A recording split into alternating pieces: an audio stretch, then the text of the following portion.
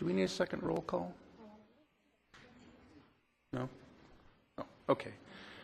For those of you who weren't here when we began, we already had roll call and the same people were here, so we're not going to do that twice. So without further ado, I'd like to welcome Darren Hunt from the New Hope Christian Church, who will do our invocation. Pastor?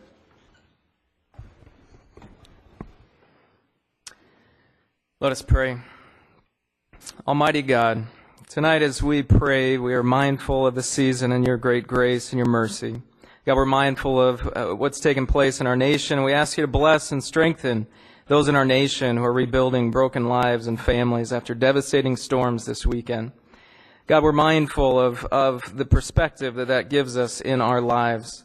God, I thank you tonight that this council is not meeting because lives have been lost, but instead they meet in order to continue the governance of this blessed community. The decisions they make on behalf of our city may not all have life and death hanging in the balance, but certainly some do.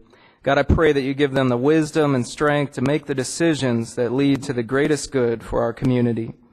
Help them determine the best plans and give them the fortitude to institute them. God, we pray for all in our community. Whether tonight we are well-fed or hungry, business leaders or unemployed, young or old, public servants or private citizens, God, help us all to realize that we are really not that different from one another. Help us truly understand that our rights and needs are not more important than rights and needs of our neighbors. And may we as a community, God, led by these who govern our city, desire to do our part to serve our fellow man and better our community for all. May your peace, your favor, your blessing rest upon our community and these proceedings tonight. And I pray this in your most powerful name. Amen. Allegiance to the flag of the United States of America and to the republic for which it stands, one nation, under God, indivisible, with liberty and justice for all.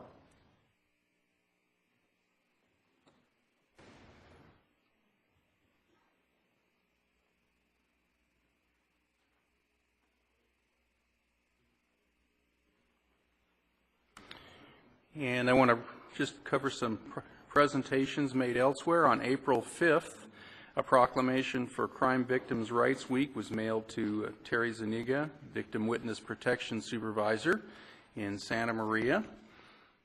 On April 7th, I presented a certificate of special recognition, the most fun of all, to Minnie Apodaca in honor of her retirement as a hairdresser. And she showed me the one that she got 25 years ago previously, and there was a great potluck, so life was really good.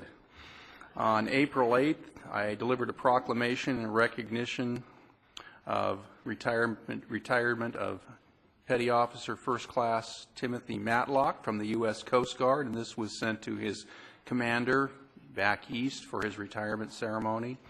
On April 12th, I made a presentation of a proclamation of National Health Care Volunteer Week at the Lompoc Healthcare District, and it was great to see all the volunteers there that made that program so successful. And then I had to leave on a trip, so Mayor Pro Tem Lingle stepped in for National Public Safety and Telecommunications Week for the Lompoc Police Dispatch Supervisor Kim Berry at the Foursquare Church.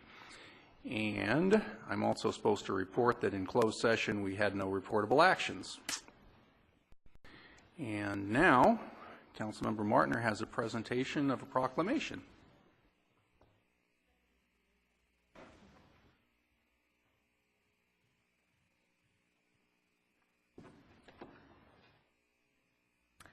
I would like to call Dr.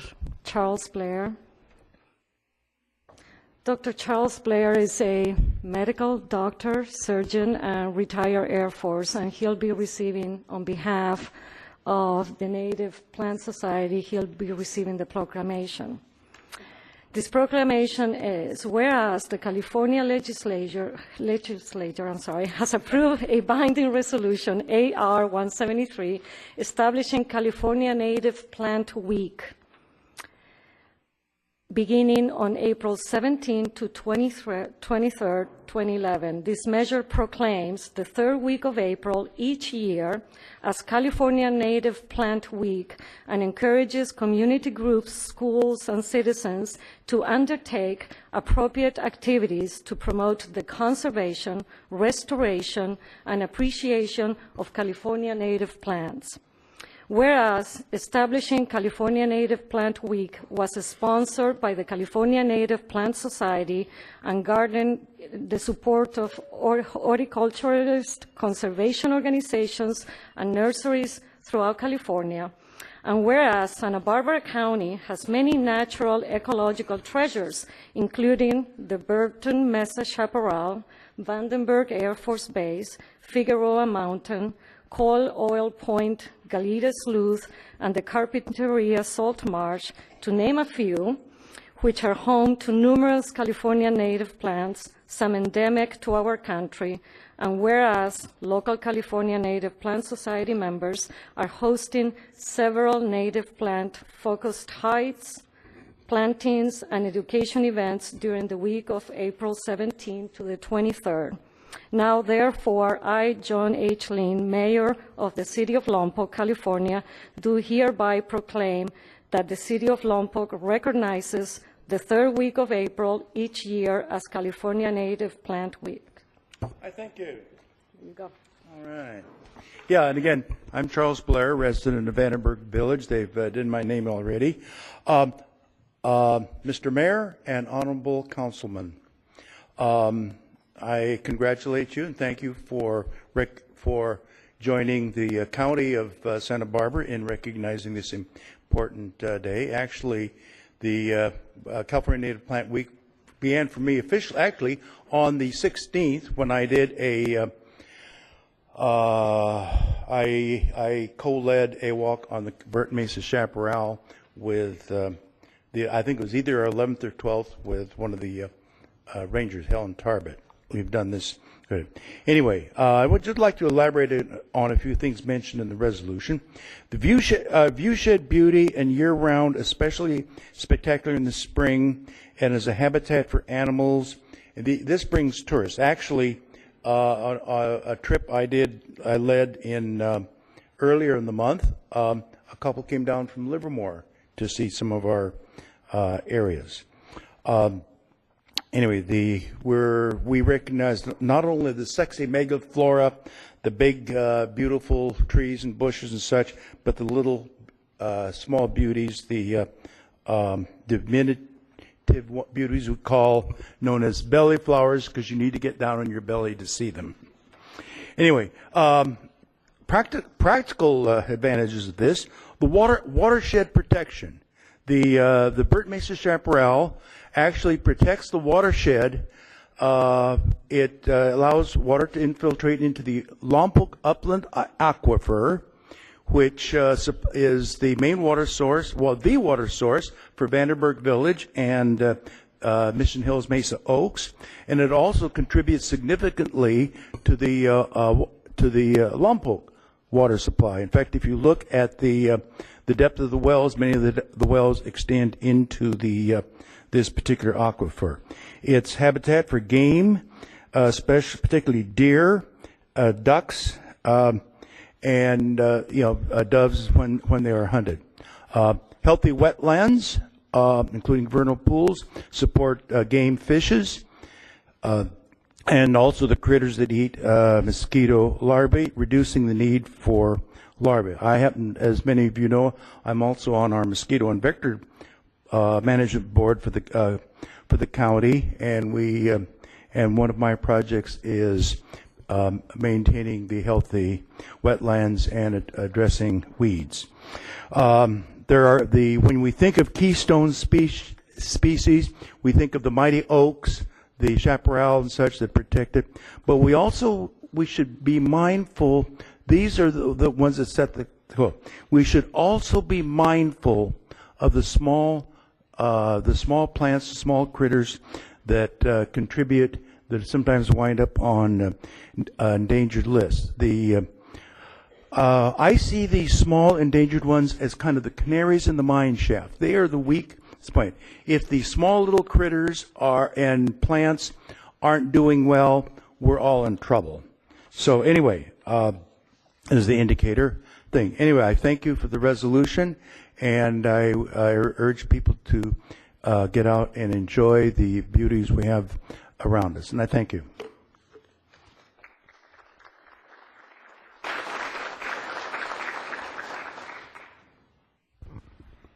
Thank you. Yes, a walk in the chaparral is truly a great thing. It's a stress reducer. Absolutely. Amen. Yes. Okay, and now City Administrator Laurel Barcelona to present a status report on the budget.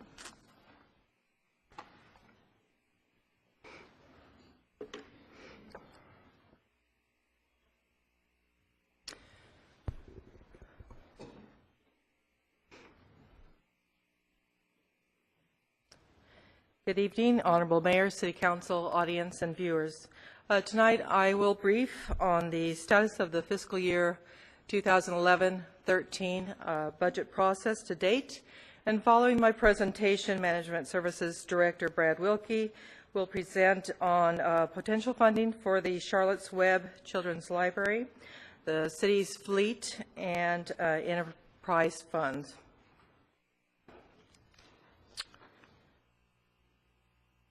To review the budget process to date, the city's two-year 2011-13 budget process began in October of 2010, with finance staff providing budget training for departments and division heads. Instructions included direction to budget conservatively. Budget line item expenditures are to remain at the fiscal year 09-11 levels, reflecting zero inflation for expenditures other than operational costs that increase, such as postage and fuel costs. Departments compiled and submitted their budget materials and requests to the City Administrator's Office in December. A council budget goal-setting workshop was held February 10th and was continued to the 15th. And during these meetings, council asked questions, provided direction, as well as requested staff to provide follow-up information. February through April, the Finance Department began the job of entering into the computer all the department's proposed budget numbers, and Administration and Finance held budget conferences with all department heads to review proposed program changes, capital outlay, and capital improvement requests. Staff also began the work to address Council's budget request items, and tonight's presentation reflects management's work efforts.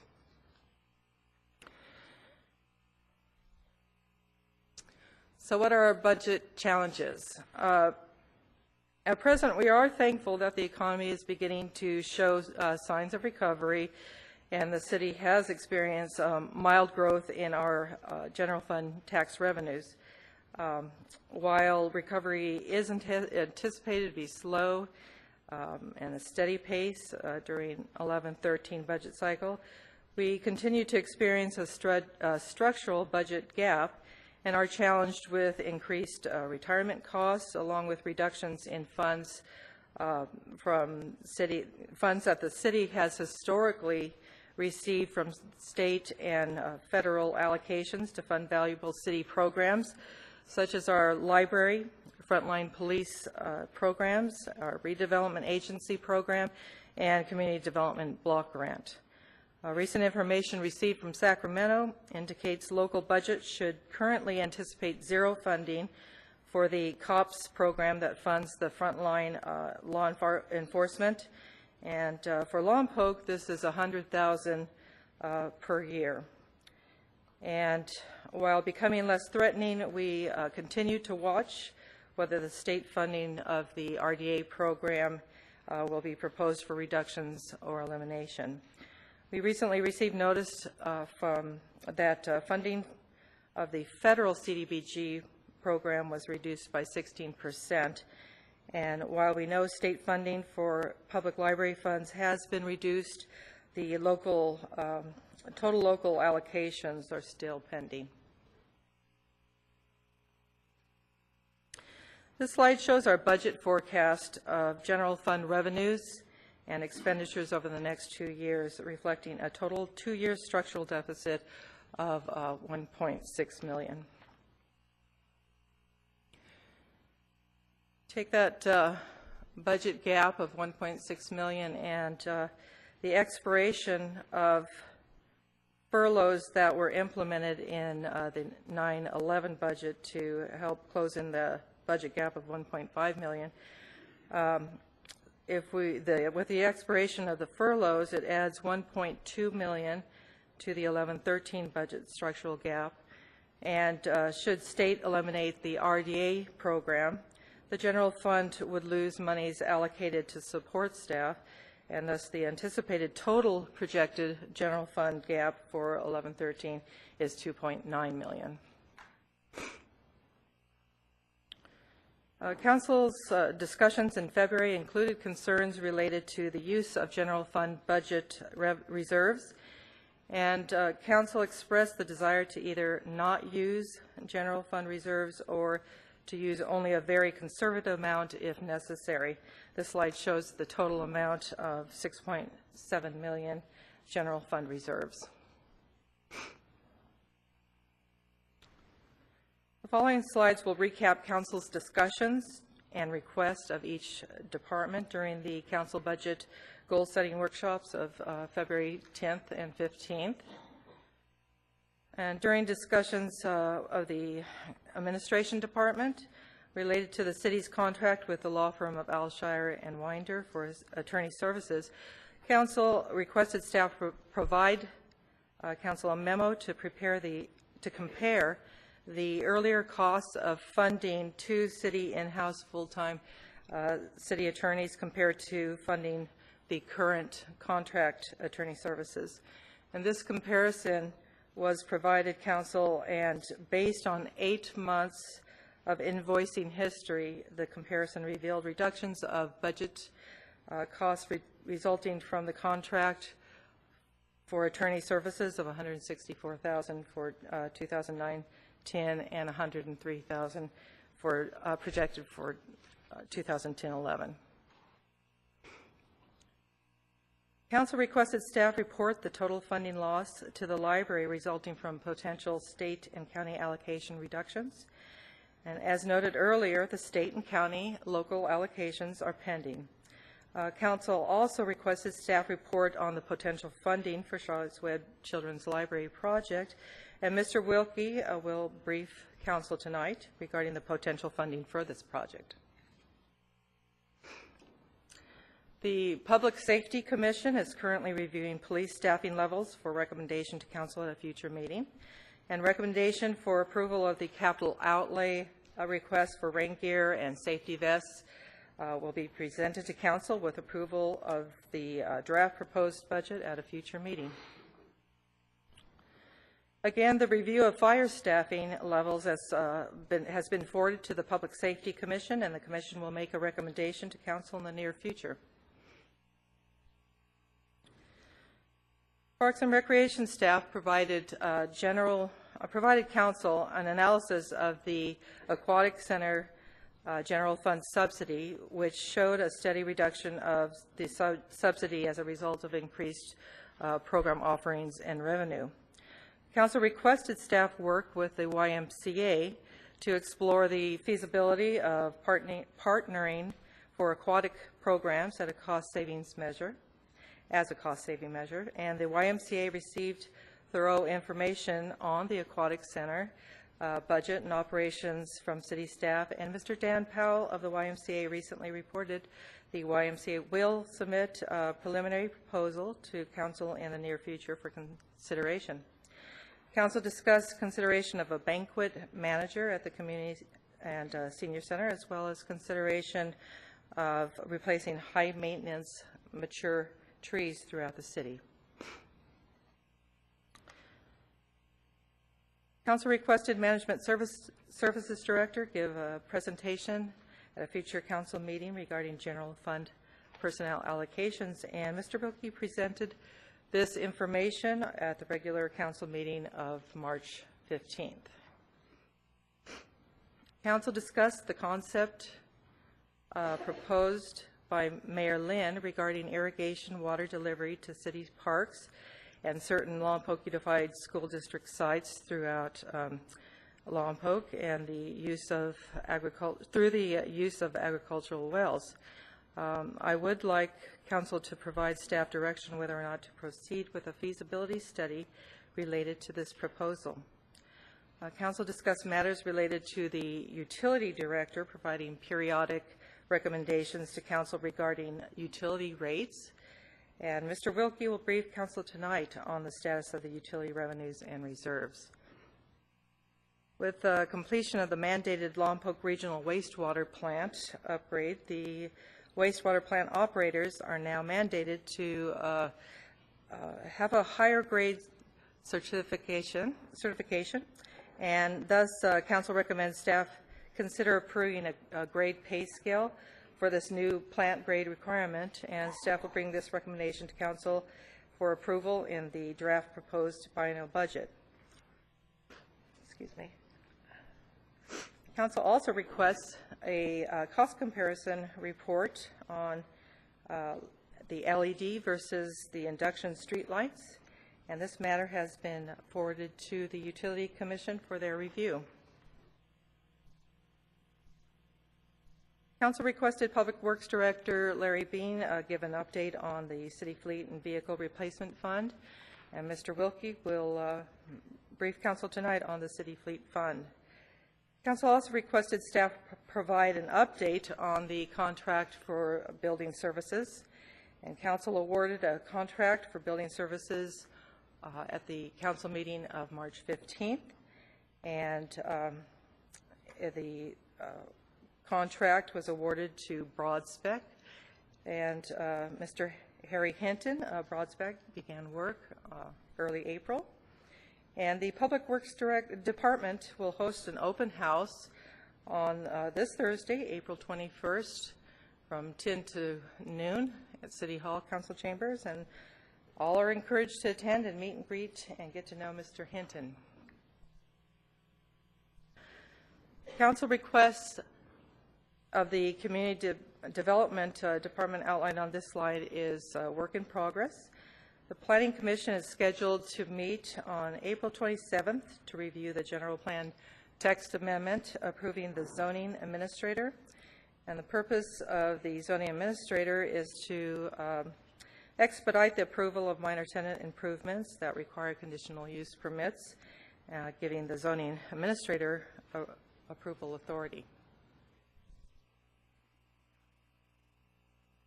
At the February budget goal-setting workshop, Council appointed Mayor Lynn and Council Member Martner to an ad hoc committee to recommend consolidations and/or reorganizations of city departments.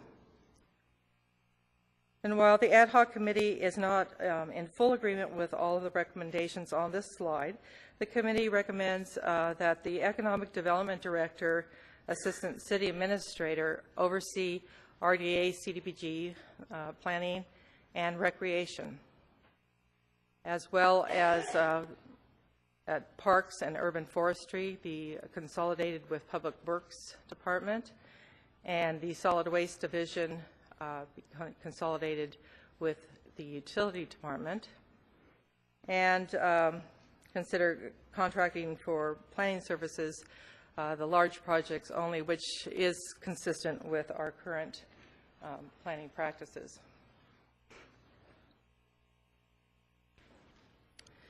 The consolidation recommendations affect the following departments: administration, community development, planning, parks, recreation, urban forestry, the Parks and Recreation Commission, Public Works, and the Utilities Department. Well, the ad hoc committee and council understands departmental consolidations create associated challenges, and requested staff provide pros and cons of departmental consolidations. And top on the list is whether or not the savings are realized to the general fund. Is customer service improved or reduced? does the span of control required of a department head to oversee the and provide control become too large? Are efficiencies gained or lost? Is the work unit strengthened, or will competing individual objectives exist? And finally, would the recommended departmental consolidation best serve the community, both externally and internally? And the purpose of the ad hoc committee's recommendation is to gain budgetary savings. However, in order to best manage the level of change resulting from consolidations, which significantly impact personnel, a thoughtful transitional approach is vital for any successful consolidation plan. The budget objectives to balance the fiscal year 11-13 budget is through a savings through the union negotiation measures, and savings through organizational restructuring, and other cost containment measures, and the most conservative or no use of the general fund reserves. The budget approach, as mentioned earlier, conferences were held with each department head to review department requests for new positions, position reclassifications, and or salary increases, and these program changes are being evaluated and considered for approval based on the highest need and history of problematic turnover, recruitment challenges, and or mandated certification changes. Also reviewed were department requests for capital improvement and capital outlay. And capital improvement and capital outlay are only approved based on critical safety, reliability, and operational needs. The next budget steps include a recommendation for Council special budget meeting on May 3rd, Tuesday, commencing at 9 o'clock, 9 a.m. for Council to review, discuss, and provide staff direction. And if necessary, Council could continue the meeting of May 3rd to May 9th, commencing at 5 p.m. And the first 2 weeks in May, Administration and Finance will meet with department division heads to review department line item expenditures. And the end of the month of May, Administration and Finance will prepare a draft proposed biennial budget document to submit to City Council. Staff will present the draft budget at a regular council meeting of June 7th, and on Saturday, June 11th, special budget workshop meeting will be scheduled for Council's review of the draft proposed biennial budget, and the proposed budget is, if it is not adopted at that meeting, the Council would continue to review the proposed biennial budget at a special council meeting on Tuesday, June 14th, and finally June 21st would be another contingency date for review and Council's adoption of the proposed biennial budget. So staff recommends that Council defer all budget discussions and actions tonight to the special meeting of May 3rd, Tuesday, beginning 9 a.m. in the Council chambers. And I respectfully thank Council, and I will now defer to Management Services Director Brad Wilkie. Brad. Mayor, council members, audience members here and at home. The discussion I'm going to be going over includes a handful of topics. The first one we'll be going through will be the Charlotte's Web Children's Library and the potential city funding that's available for that. At one of the workshops, fleet operations was an item that was requested to be reviewed in a little bit more in depth, and I will do that tonight. And the third set of items are going over some of the recent rate adjustments we've had in solid waste, the electric utility, water, and wastewater. So I'll just go right now on to Charlotte's Web.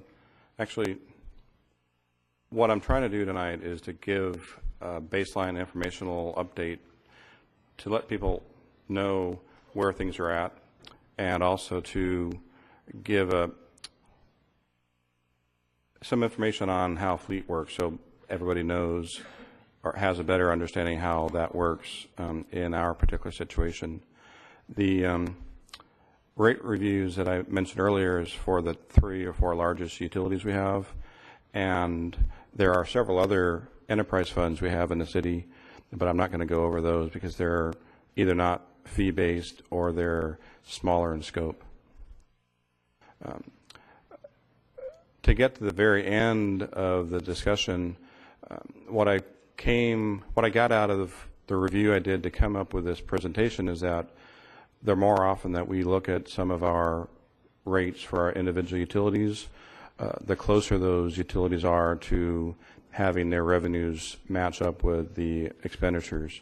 And the more infrequent that we do that, the more likely it is that some of the revenues are not keeping up with our costs.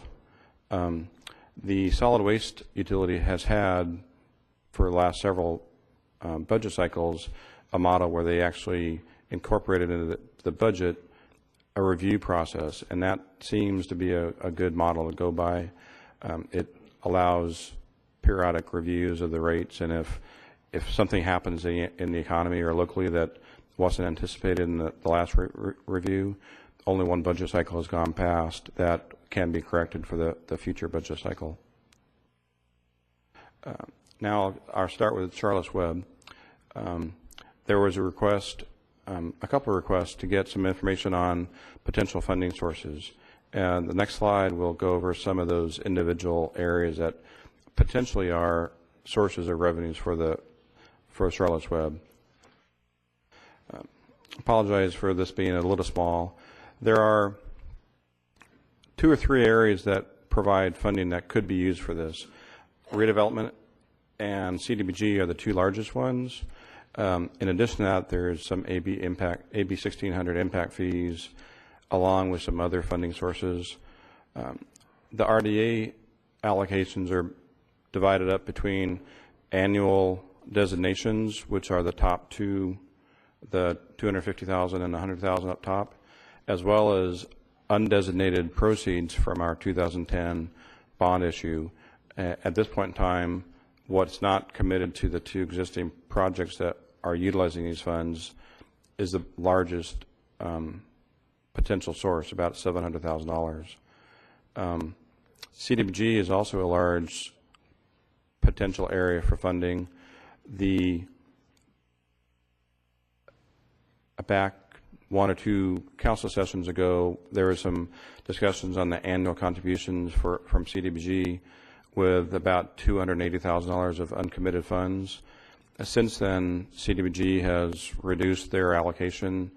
The announcement was that it would be cut by 16%. We estimated that 280 on a 7.5% reduction. So it's probably closer to 230 that's unallocated. That could be designated for the Charlotte's Web if the council so desires, and we'd have to go through the process to do that. Same thing with the CDBG program income. There's a current reservation of around $150,000, and there's some undesignated monies that had previously been set aside for the community center that's no longer needed because the community center was, the bid for it had come in under budget, or under the estimate that we had originally anticipated. Besides that, there's a couple of AB 1600 fees that can be contributed to this. One is the library improvements at $147,000, and we currently have a fee waiver, not a waiver, but a deferral of our street impact fees. They include the fees in their cost proposal, but since it's deferred right now, that $80,000 could be contributed to this project as well. So in total is about $1.9 million that potentially could be designated or dedicated to this project. I believe the project total cost is about $3.2 million.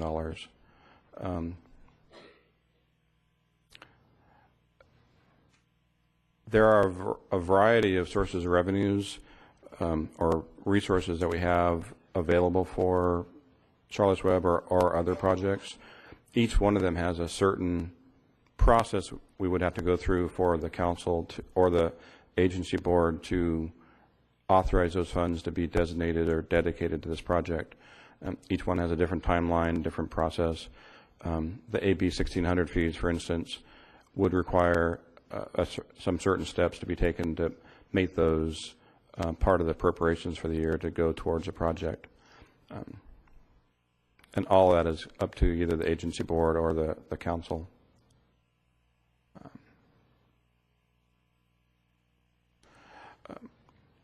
That was really all I had on Charlotte's Web, and I'll go now on to fleet operations. A fleet is a centralized way of taking care of all of our vehicles and other rolling stock.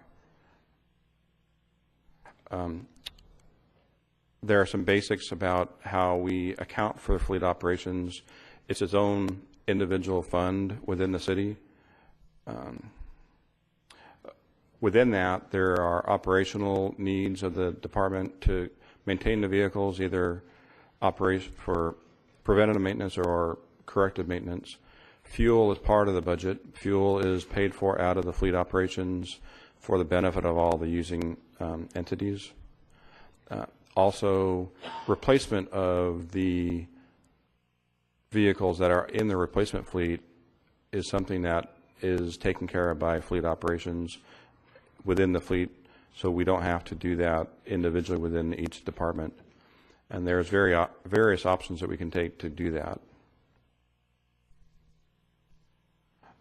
Fleet operations is, in accounting terms, an internal service fund. What that means is it's fully supported by service charges to each of the units, the departments within the city that utilize those services. To some extent, it's just like the water utility, except who's being provided the service is all the entities within the city rather than customers that are outside the city government function.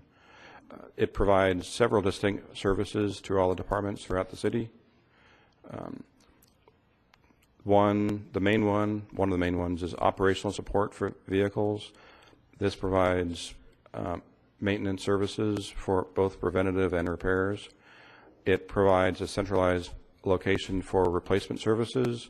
So there's one group that's in charge of procuring vehicles. It also does maintenance and support and upkeep of the radio system, and it also provides facility maintenance throughout the city. Part of the operational support is fuel. Fuel currently is becoming more expensive.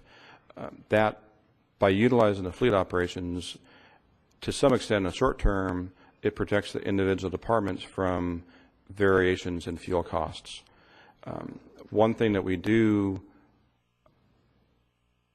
to come up with our annual expectation for each department to pay is looking at backwards about 2 years at the actual costs that are incurred by fleet for the benefit of each individual department. So we don't actually bill for the current work that's being done on vehicles this year, but the historical activity that's been done on those vehicles is brought forward. That way, the benefit of this is it provides certainty to the individual department so they know how much to budget for. If some department had a big string of bad luck with vehicles and they had something a lot bigger than they would expect, their current year budget may have some deficiencies. In this, the way we do it, it's spread out across all the departments, and any one individual department that may have some more than normal repairs, within fleet we can kind of normalize that and minimize it for each individual department. Having said that, in the following budget cycle, that department that used fleet more will pay their increased fair share of that component. The next slide shows some trends that have happened with fuel, because fuel is a fairly large component of the operational costs. And it's probably a good thing to keep track of because of the way oil is going right now. This is showing two things at once. On the right side is the price of gas and diesel per gallon, and on the left side is the dollar amount of expenditures spent by fleet for all the fuel, whether it's diesel or gas. And as you can see, it trends pretty closely to what is happening on the day-to-day cost of fuel. So as the fuel per gallon cost goes up, our costs went up, and they were going down, and now they're going back up again. Because we have a 2-year lag, some of this activity is included in the current year budget estimates for the various departments. The allocation of costs for fleet are divided into 3 or 4 different components. The 2 largest are allocations for operations and then allocations for replacements. And I'll talk about these 2 separately. The first one is about operations. The draft budget for fleet is about $4.02 million. This is for the operational side of their work. Of that $4.2 million, $4.02 million, about 1.4 is allocated to the general fund based on that historical look back of actual costs. That is about a $22,000 increase over last budget cycle. So on a budget, overall budget for the general fund, that's about $50 million. $22,000 is a pretty small number. For individual departments, based on their utilization of the fleet services, each one has a little bit different take. The police department utilized it more in the prior 2 years, so they're going to have a little bit higher than they had last year cost, about $60,000, whereas streets, parks, fire, urban forestry are all in the general fund, and they will see a slight reduction in their costs. Then on top of that, outside the general fund, water, electric, wastewater, solid waste, all will see some reductions in their budgeted operational costs. So in summary, the fleet operations is a service to all the other departments. Its funding comes from the budgetary allocation to all the various departments, so it can function on a year-to-year and budget-to-budget basis. But when somebody needs to have a vehicle fixed or something done to a vehicle, the fleet services is there for that to happen, rather than having individuals within each of the departments doing that function. It's centralized. We do keep track of actual costs, and those actual costs are trued up one budget cycle later. So everybody has a little bit of lag between when they use and when they pay, but overall, each of the departments are paying their fair share of what the costs are. The one good thing about that is any negative budget variances for fleet purposes would be the accountability of fleet operations to take care of that. If something out of this way out happens, then we would probably have to look at the individual department whose vehicle that was. But in general, if there's a little bit of overages, possibly because of fuel prices, then that can be something that fleet can be responsible for. Going on to the replacement services that fleet provides, back in the, I believe it was the February review, there are 357 vehicles and other rolling stock. Not all of them are vehicles, but 357 pieces of equipment that are maintained by fleet. Of those, about 230 are in the replacement fleet, and of those 229 vehicles, 19 are currently budgeted for replacement in the current cycle.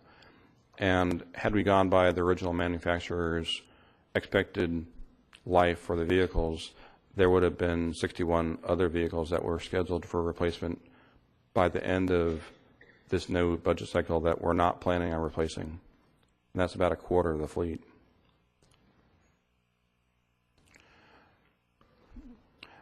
One of the questions that came up or comes up is how the replacement fleet is financed by the various departments.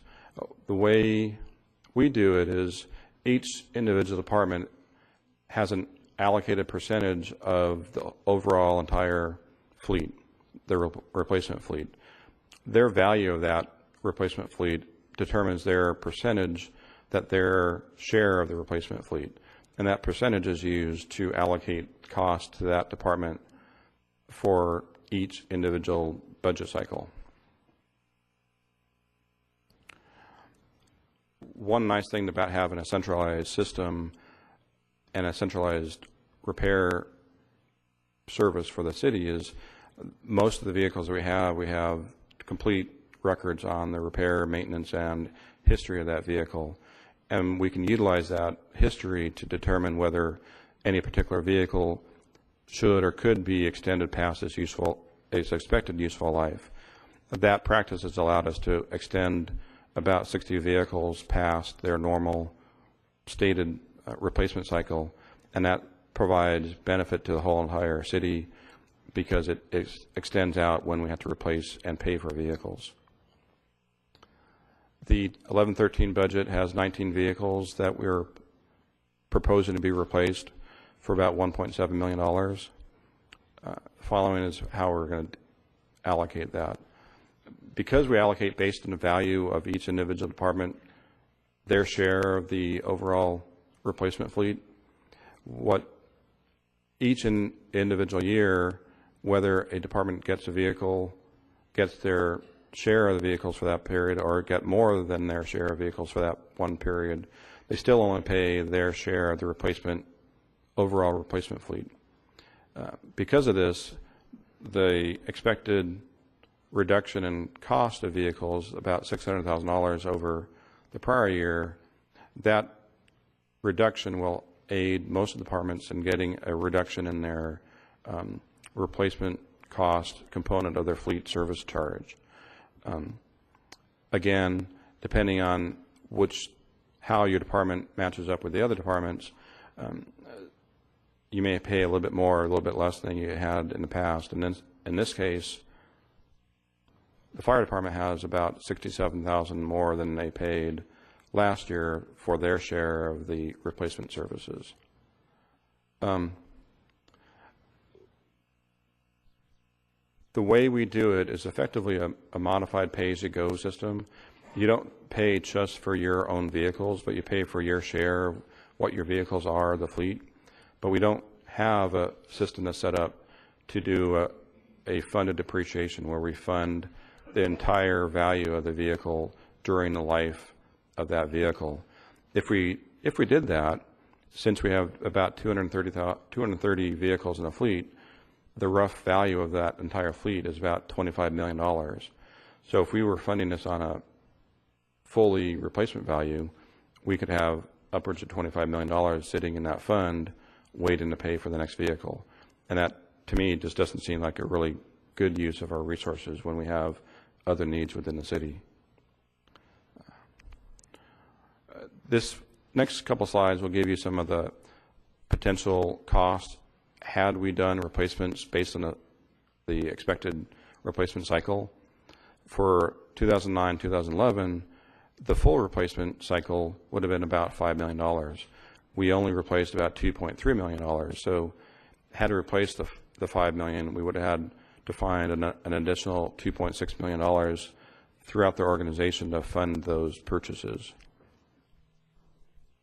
In looking at the 2011-13 cycle, if we were going to replace all the vehicles on their expected replacement cycle, we would be spending about $6 million this year rather than $1.7 million. So that's a significant amount of money that we would otherwise have to pay in this cycle. Those vehicles will be replaced, but we'll look at them at the point in time when they become more costly to run than to replace, and that's what we can do in the following fiscal year budget. Moving on to the utilities, I have a couple slides for solid waste, and I'll kind of explain why I only have two. Going through all the utilities, I'm going to give some history of the rate changes and when they occurred. Solid waste had their most recent update in May of 2010, with the rates implemented in June of 10, and coming up this coming June will be the second year of the increase. Budgeting-wise, solid waste has budgeted in each of their 2-year cycles to do a rate study and they've done 4 since 2001. There's a significant reliance on capital equipment within solid waste. So if significant prices change, say in fleet, that could have an effect on how much money is available for operations. The current rate cycle that has been implemented back in May of 2010 anticipates getting a reserve of about $650,000 by the end of the budget cycle. Just to recap some of the 4 increases: October 2001, November 2003, June of 07, and May, June of 2010. That's a significant number of reviews that have been done, and the years where we missed out on the reviews are the years where we got a little bit behind. So what I take out of this is that the more frequent we have the reviews, the better we have to make sure that we're on track for keeping track of our revenues and expenses. Going on to the electric utility, the most recent change we had for electric was in November of 2009, where 4 adjustments were done, with the last one effective in July of 2012. The rates have not been periodically adjusted, as with, in contrast with solid waste. We have done changes, but they've been more sporadic. A significant component of the operational cost of electric is purchase power, which has been significantly variable over the last 10 years. The rates we implemented in 2009 were anticipated replenishing our reserves by 2015. To give a little bit of history of the rates that have been adjusted, in 1996, the DCA, or deregulation cost adjustment, was put in place. That was incorporated into the rates in 2006. And then in 2007, a series of 4 increases were put in place. And again in 2009, a series of 4 increases were put in place. Our rate structure relies almost exclusively on volume, although we do have fixed costs that are our distribution costs. At some level, it could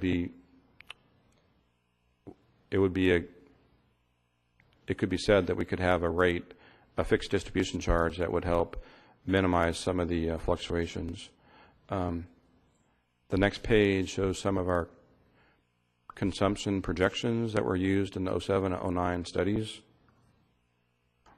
The significant thing I see on this screen is the 2007 projection was based on a couple of years where we had some fairly significant growth. That growth was expected to continue on, and that was about the same time when the economy fell flat, and we actually saw a decline in our revenues.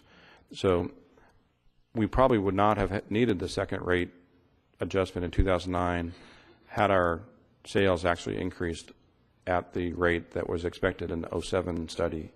So this just shows where we saw that the 07 change was not meeting our expectations and came back to you with a request to adjust them to make sure that the revenues met our obligations for costs. All the utilities have some need to have cash on hand. The 07 and the 09 rates were done primarily to make sure that we had sufficient operating cash on hand to meet our day-to-day and month-to-month obligations. The 07 study predicted that we would have about $2.2 million of operational cash by June of 2010, and the actual operating cash, not including restricted revenues that we have, was about a negative $6.4 million, due primarily to some extreme high cost of power in the prior 2 or 3 years. At this point in time, we've recovered about $1 million since then, and we're heading in the right direction. Most of the restricted cash we have that still allows us to have a positive cash balance is most of it's on hand at NCPA. This is a general graph of where we've been over the last 6 or 8 years and where we expect to be going in the next 2 or 3 years. This gap right here will allow us to recover our reserves and create them into a positive by 2015. Water and wastewater. Water and wastewater are two separate and distinct utilities. They're two separate funds, two separate enterprises that have to stand on their own.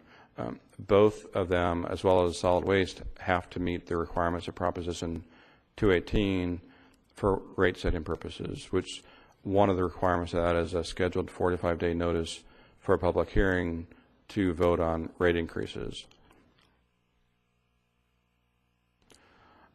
The current rates for water and wastewater are both set originally from a study that was done in February of 2005.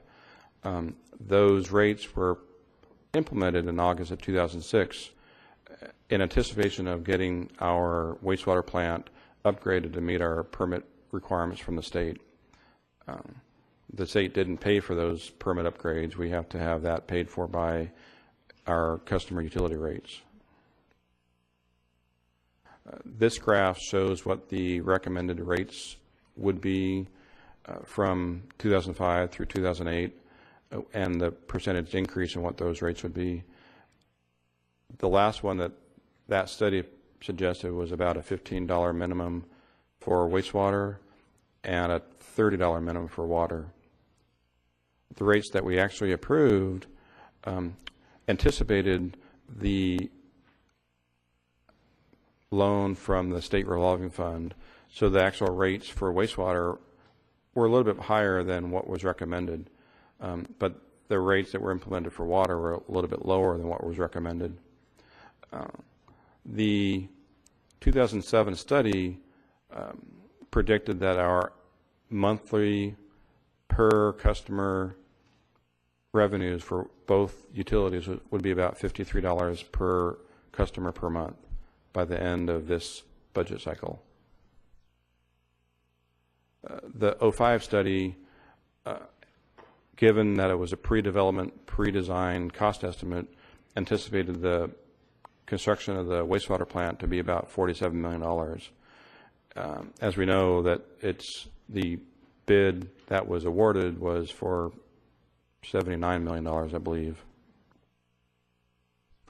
The 07 study that was done by Brown and Caldwell realized that, and we were very close to having the bid at that point in time. So the numbers that were in that study were much, much closer to what we actually have seen for the plant. One thing to point out is that the SRF loan from the State Water Board provided 83% of the cost of the plant, construction cost. The city had to come up with the remaining cost share. The 05 and 07 studies were effectively done for two different bond issues. The second one was done after our rates were implemented in 06, but it anticipated an additional 5.5 increase that should have happened in this year, and an additional 9.5 increase, or I'm sorry, a 15% increase in the following year. That study expected that our rates by the end of 2012 would be $61 per household per month. This has quite a number of lines on it. The lines are the revenue projections, and the bars are all of our either actual costs or expected costs going forward. The red line is what we anticipate, either actual or anticipated revenue. And you can see it's flattening out here because there's no more rate increases on the books. This area right here is where our revenues exceeded what the studies predicted. And in that time frame, we accumulated about a $1.9 million reserve that was dedicated for rate stabilization, and that was required by our bond issues in 05 and 07. This is for water, and this one is a little bit different, but it's for wastewater. And again, you can see that This little bubble in here was an area in time where we were collecting more money than was anticipated, and we were able to put money away in our rate stabilization fund. And again, the yellow diamonds, yellow triangles here show a leveling out of our rates. And again, that's because there are no more anticipated or on the books rate increases. I went through that for the water and wastewater together because water and wastewater are basically tied together because of bonds. They do stand alone as their own entities, but because of the various bonds we have, they are looked at from investors as one. We issued bonds in 1998, 2005, and 2007. Each one of them was issued with the same level of obligation on the part of our revenues. This was called parity at the time. The reason we did that was the 05 and 07 bonds would have been more costly. We would have to pay more interest, a higher interest rate to our investors because of the 1998 bond being out there. So by issuing them as parity, we saved several $100s of interest over the life of the bonds by lowering our interest rates. In 2006, we got a commitment from the State Revolving Loan Fund of the Water Resource Board to pay for the majority of the construction cost of the wastewater plant. This loan is subordinate to those bond liens, but we still have a significant exposure, a significant obligation to pay the water board off over 20 years. To give you a magnitude of where we're at on our bonds, the left-hand side here is the bond issue amounts, and on the right side is how much is still remaining to be paid on those bonds. So with the bonds and the loan on the wastewater plant, we have about $125 million of outstanding debt. And that's, I'm trying to think of a way to put that in perspective. $125 million on this project is about $50 per customer per month for 30 years. We have to pay that whether anybody is using the system or not, because the bonds are what we have to pay off. The annual debt service for the bonds, including the SRF, the total obligation is about $7.3 million per year. Some of that is offset by our participation with some other entities. We do have continuing disclosure requirements to the bondholders so they know that we're collecting enough money to pay off their bond costs. This is a slide showing the change in our debt service once we've implemented the repayment of our SRF loan.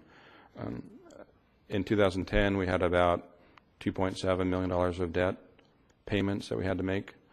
And beginning this year, it's over $7 million. And this light blue bar is entirely our obligation on the SRF construction loan. This line right here shows the reduction in our debt ratio coverage of revenue. Our bond covenants require that we have a 1.0 net revenue to debt ratio. In 2010, it was over 2, but it's going down, and it will be in the 6 to 0.7% range if we don't do something to bring our revenues up.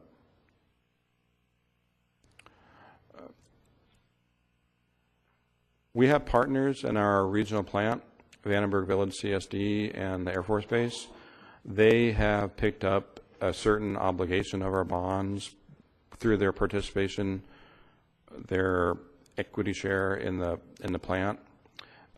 Because of that, that reduces the obligation of our citizens and our utilities to about $5 million of that $7 million debt service obligation, which equates to about $34 per customer per month, an obligation that will extend out the 20 years of the SRF loan and then beyond that for the remaining bond issues.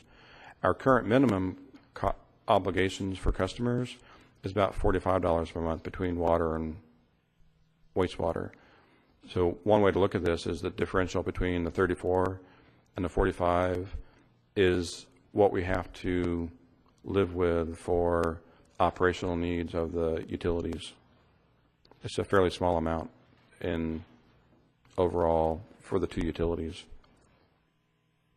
The conclusions I made from looking at this, and I mentioned this in the beginning of the presentation, was that it seems like the utilities that have had more frequent reviews of their rates are more likely to have revenues that are closer to expectations, and they're closer to where we need to be. And the biennial review that has been part of the solid waste budget for several cycles seems to be a good model to follow for the other utilities that we could implement in this current budget cycle to review the rates for the other utilities, or at least to keep track of where they are. We may decide we don't have to make a rate increase, but at least that information has been reviewed and looked at and determined that we don't have to make a rate increase. Decades ago in the 80s and 90s, there probably were no needs to raise electric rates in any 10-year cycle.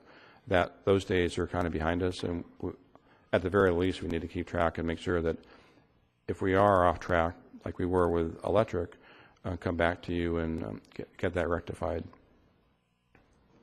So, thank you for your time. I appreciate it. If you have any questions. Questions? Councilmember Lingle. Thank you, Mr. Mayor. Mr. Wilkie? Mr. Wilkie? Water.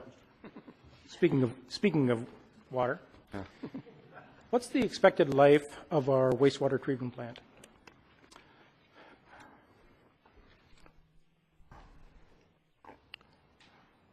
Drawn out there somewhere.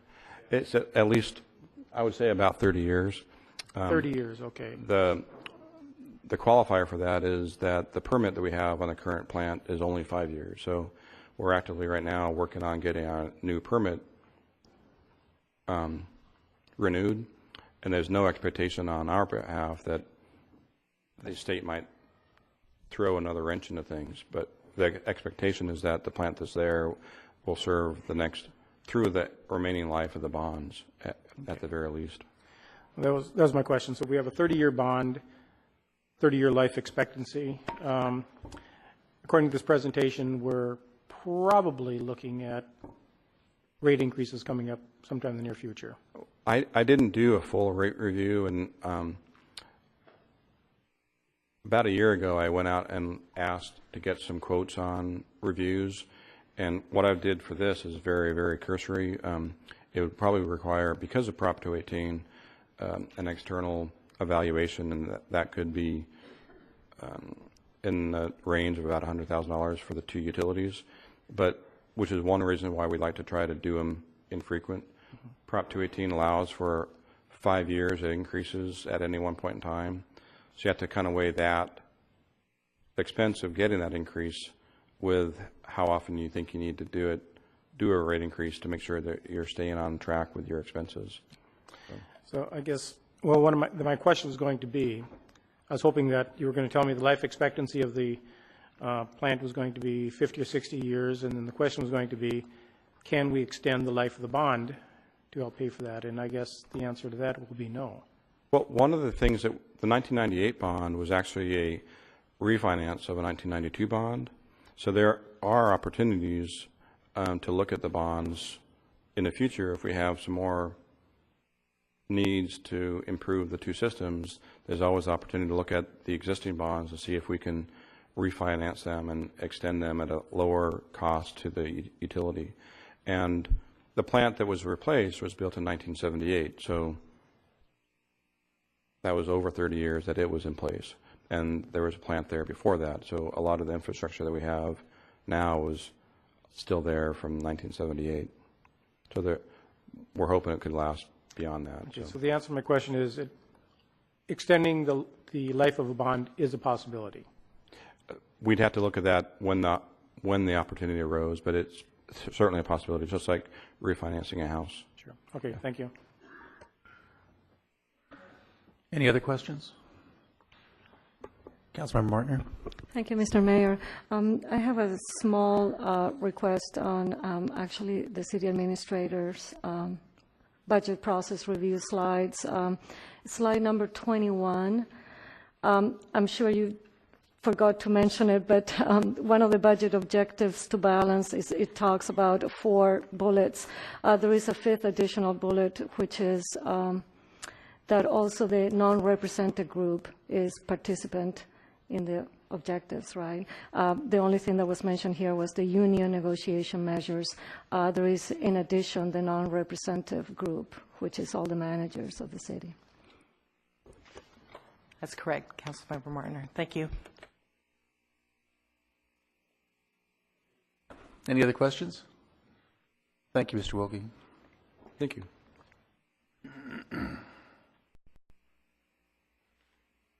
And City Administrator's status report.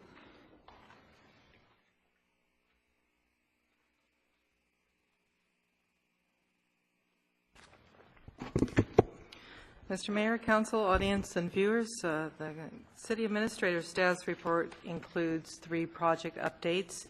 The first is a monthly status report on the Dick Dewey's Community and Senior Center prepared by Senior Civil Engineer Michael Luther. This is the 7th project report, status report, and while the last project status report indicated the need for 2 contract change orders, one involving the attachment of the new storefront to the existing structure, and the second, the roof trusses system. To date, no contract change orders have been executed, and in order to minimize any potential delays in the project, the contractor has been directed to proceed with the work during negotiations. The second monthly project status report prepared by Senior Civil Engineer Michael Luther summarizes the Lompoc Aquatic Center Dehumidifier project. And this is the 3rd status report of this project, and to date there have been no executed contract change orders, no progress payment requests, and the project is on schedule. Several site inspections conducted by the structural engineer revealed no additional corrosion damage, and 4 dehumidification units were craned into their permanent locations on Tuesday, April 5th. The 3rd monthly project status report is the first update prepared by Civil Engineering Associate Charles Haid in response to Council's request made at the March 15th Council meeting. That the request was that staff would provide monthly project updates for the Highway 246 Ocean Avenue and R Street traffic signal project.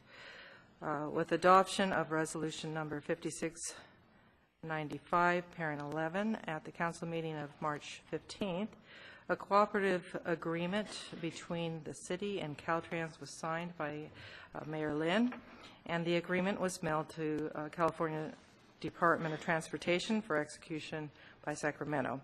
Caltrans has signed the cooperative agreement. A request for authorization to proceed with preliminary engineering was sent to Caltrans on April 6th. Staff is now awaiting authorization from Caltrans to proceed with design work for construction of the Signal Light project.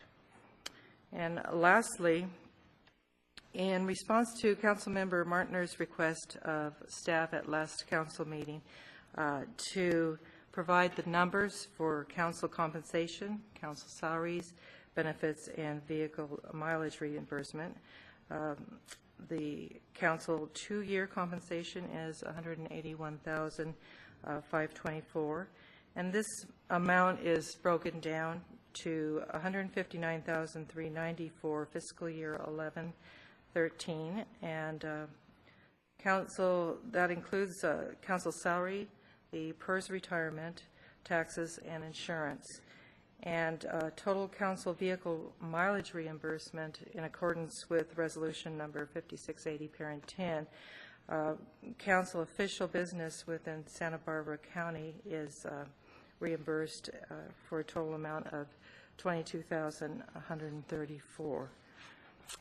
So that provides the numbers that Councilmember Martiner requested regarding council compensation. And lastly, I'd like to advise that there has been some website maintenance going on at City Hall, and this is to enhance the services through the city's website. And because of this work, we have And City Administrator's status report.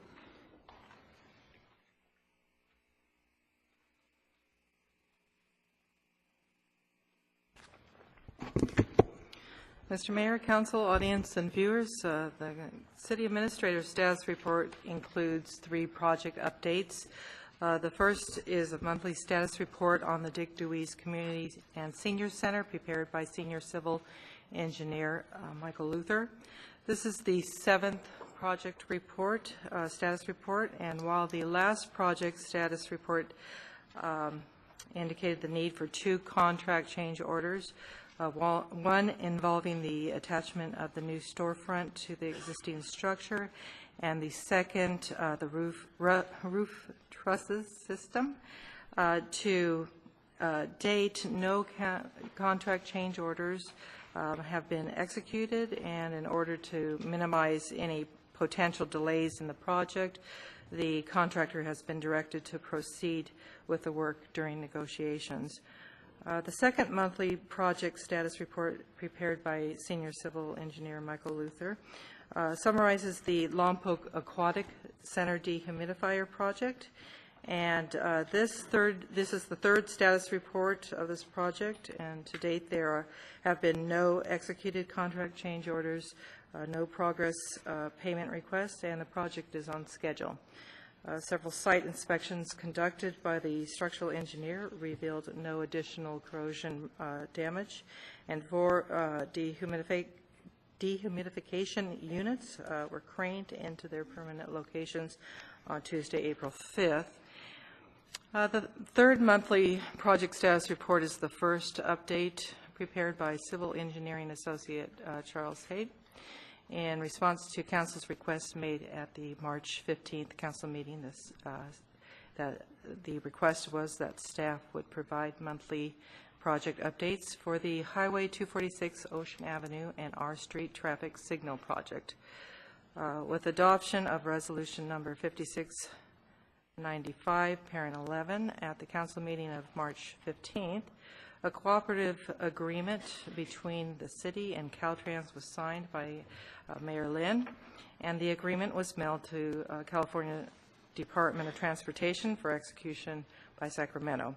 Caltrans has signed the cooperative agreement. A request for authorization to proceed with preliminary engineering was sent to Caltrans on April 6th. Staff is now awaiting authorization from Caltrans to proceed with design work for construction of the Signal Light project. And lastly, in response to Councilmember Martiner's request of staff at last council meeting to provide the numbers for council compensation, council salaries, benefits, and vehicle mileage reimbursement, the council 2-year compensation is $181,524, and this amount is broken down to $159,390 for fiscal year 11-13, and council, that includes council salary, the PERS retirement, taxes, and insurance.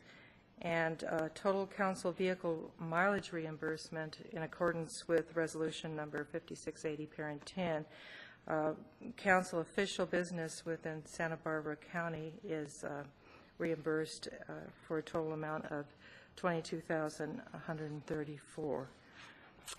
So that provides the numbers that Councilmember Martiner requested regarding council compensation.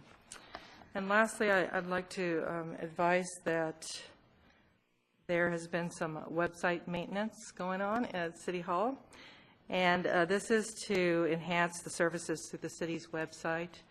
And because of this work, we have an upgrade that will require about 2 days beginning tomorrow. and some of our services will be unavailable. So I wanted to announce those services are council and commission agendas, council commission meetings, and the council meeting archive streaming video. So the website will be available. However, those three will be down for a couple of days while the server is upgraded, and we appreciate everyone's cooperation during these couple of days. There's one more announcement. The minutes of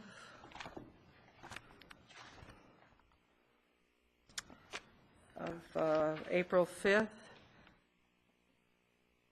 The council members present omitted council member Costa, so the minutes need to be revised to reflect that she was in attendance on the 5th. And let's see,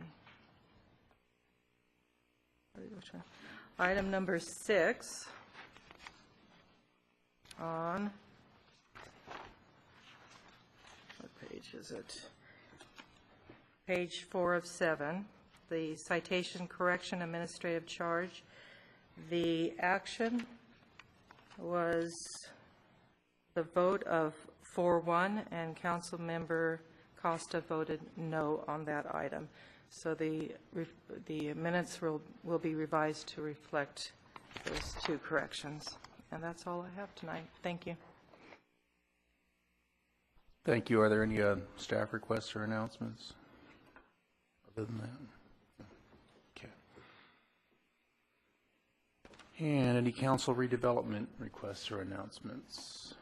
Councilmember Lingle. Thank you, Mr. Mayor. I'd first like to make a council request to agendize to a future meeting. It has been several councils now that have come and gone since we've discussed the Central Avenue extension and the the 246 bridge, the Robinson Bridge. So I'd like to agendize a report and discussion on those two items to a future meeting. And with that, I'll need a second and a third. And a second, if you will. I'll give it a third. Okay. Okay, thank you. And then also, I'd just like to just make an announcement. If you were in town this weekend, you noticed a lot of visitors. Approximately 3,500 people attended our local Vintners Festival, which I believe this is the 4th year that we've had it in Lompoc. Huge success. I was at it. I know the mayor was at the event. I'm not sure if any other council members, but a lot of positive comments from out-of-town visitors. The weather, fortunately, went along with us. A little bit breezy, but inside the tents, you didn't notice the breeze at all. Everyone seemed to have a good time. I have no idea what the positive contribution to the community was financially, but we will come up with that. But I'm sure it was in the tens and possibly hundreds of thousands of dollars. Restaurants, hotels, motels, service stations. So it was a very good event, and we're looking forward to having it here in Lompoc again next year, hopefully. The other event is sort of a fun event, or not thing I'd like to report on. I had the privilege at the, a privilege of driving a new Chevy Volt. George and Cheryl Bedford from Sunset Chevrolet asked me to take one of their new Chevy Volts for a ride over the weekend, and they let me drive it. And I'd never even considered the possibility of having an electric car, but if I were in the market for an electric car right now, I'll tell you what, if you're looking right now, that Chevy Volt is one nice vehicle. I drove it for approximately 120 miles and used approximately 0.3 of a gallon of gasoline. The gasoline is not used to propel the vehicle at all. It is it's used to regenerate the battery. So I mean, I want to thank George and Cheryl Bedford. It was a fun event, and I really enjoyed it. So. Thank you. And Jim Froelich from the Vintners Association called me today. And for those of you who know Jim, there are no short conversations. and he spent, I think, about 40 minutes telling me how good it all was, and thanking the city staff and the volunteers. And one of the comments that I think is very, very important is that he said no matter where they have their events, their volunteers come from Lompoc. And so they are thankful to all of you out there in TV land and those of you sitting here in the audience who volunteer your time, because the event could not happen without volunteers. And it was a great event, and I'd like to commend the city administrator for having that field of flowers planted next door, because I know she took care of that personally. You know, somebody once said, if you can't have skill, luck helps a lot. So that was very good, and there were, I can't even imagine how many pictures there are of that floating around the internet, because everybody was out there getting their picture taken with their glass of wine in the field of stock flowers behind them. It was really good. Okay, any other council announcements at this time? Okay, then we'll move to oral communication. This is your opportunity to speak on any item on the that you want to talk about. If it's an item's on the agenda, we would hope you would wait. And here we go.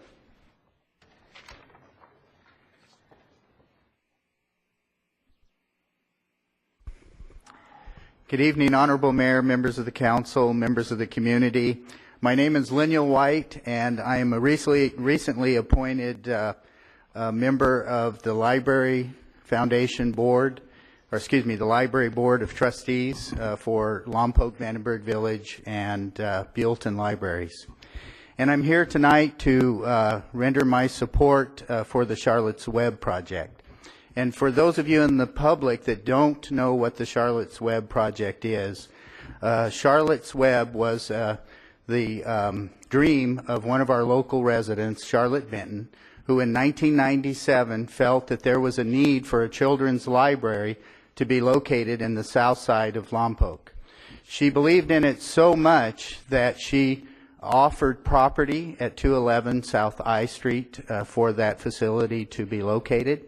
And she developed a trust of $3.5 million that was for operational expenses.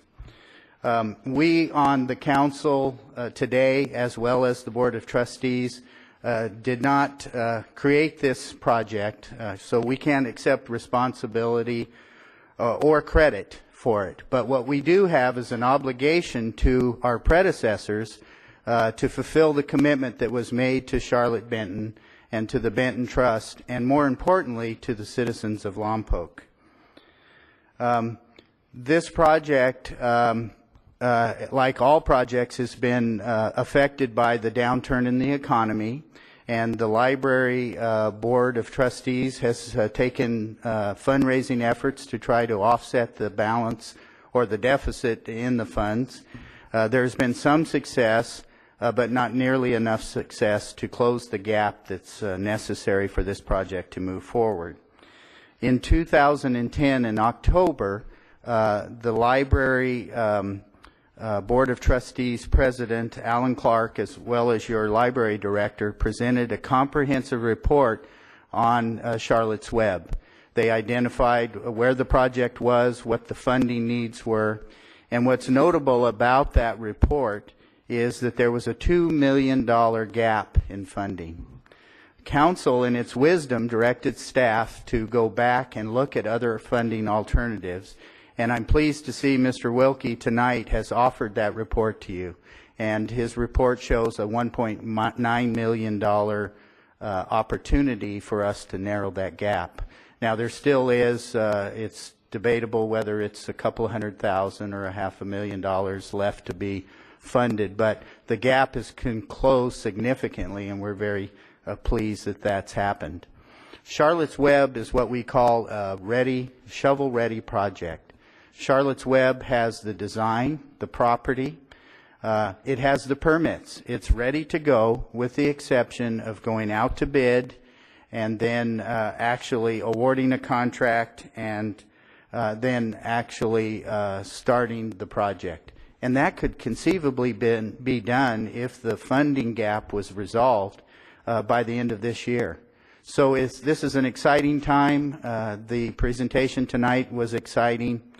And we are asking on behalf of the Board of Trustees, who are all here tonight, we're asking the council to continue their support for Charlotte's Web in the project and to endorse the staff's report to you on the $1.9 million funding.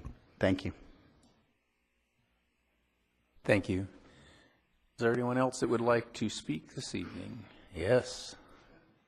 Step right up.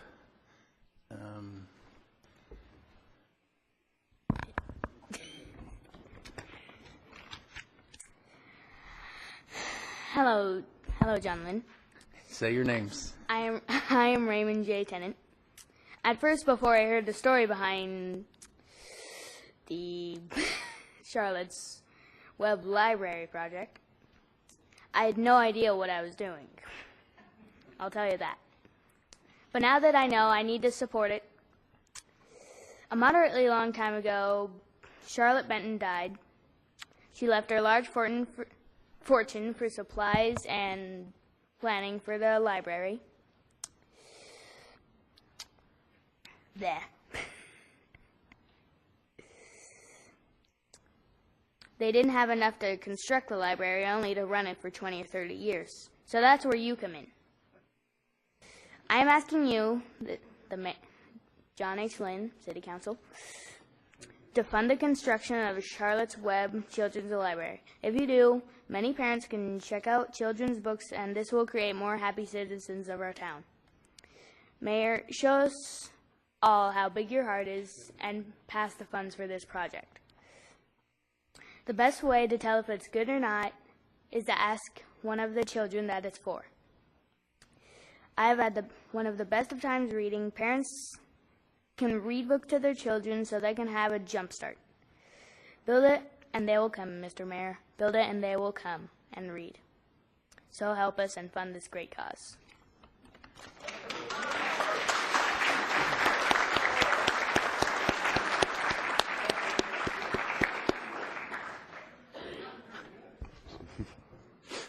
Did a great job. Well, it's on you, Mayor. That'll be a tough act to follow. Mr. Mayor and City Council members, my name is Nemesio Belsina. I'm a Lompoc native and I reside within the city limits. I'm here tonight as a private citizen wanting to express my views on item number 5 on tonight's council agenda. I'm uncertain what exactly an exclusive negotiation agreement entails or involves. However, I'm here to say that I am wholeheartedly in support of the California Space Authority's interest to acquire property adjacent to Ken Adams Park as a prelude to constructing a space museum right here in our own backyard. Albeit, this is just the beginning stage of comment and discussion, with further studies and scrutiny yet to come. But from my perspective, having a museum built here in Lompoc appears to be a natural progression. Taking into the account Lompoc's long-standing relationship with Vandenberg Air Force Base and its 50-plus year history in the aerospace industry. So the question is, why not? What better place than Lompoc to take on the roles of curator for space memorabilia and the preserver of the story and the rich tradition of a special era, a time where we truly strived and continue to strive for knowledge and understanding, reaching out where no man has ventured before. Because of Vandenberg's launch facilities, the aerospace future is still looking optimistic, with aerospace business now expanding beyond solely military interest and venturing more into the private sector. So the aerospace story continues, as well as its legacy.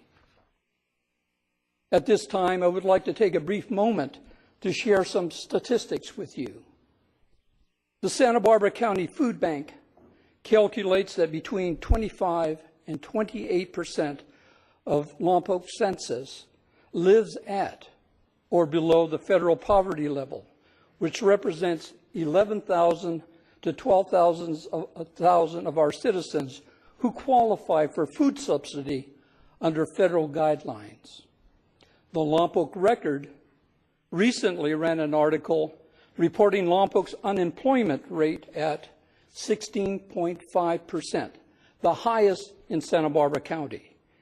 This represents approximately 7,000 individuals who are without jobs here in Lompoc. The numbers I've cited come from a percentage of our city's posted population of 43,283 residents. Without doubt, the economy of the past 2 years has altered the face of the needy, the displaced, and the poor. Although the construction of a space museum may not be a cure-all to remedy our city's economic and social woes, it is, however, a positive beginning and a step in the right direction. By providing both temporary and permanent employment opportunities, individuals who are gainfully employed have increased buying power, not to mention a capacity to pay taxes. Employment would allow some individuals to get off subsidy programs while contributing to the self-esteem and self-worth associated with being productive wage earners. A space museum would represent an attraction to reroute travelers off of Highway 101 into the Lompoc Valley, who would otherwise bypass Lompoc's highway exits. Visitors to our area would stimulate and support our local merchants, our varied businesses, and prosper our local economy. It is also my belief that if we can avoid another aquatic center stumble, this endeavor entertains a win-win scenario for everyone that's involved, whereby the California Space Authority would find a permanent home for its project, and the Lompoc community becomes the benefactors of those points aforementioned. Lastly, rather than waiting for the economy to turn around, the Lompoc community and her leadership can instead take the initiative and assume a proactive role by supporting and moving forward on this Space Museum's project. Thank you. Thank you.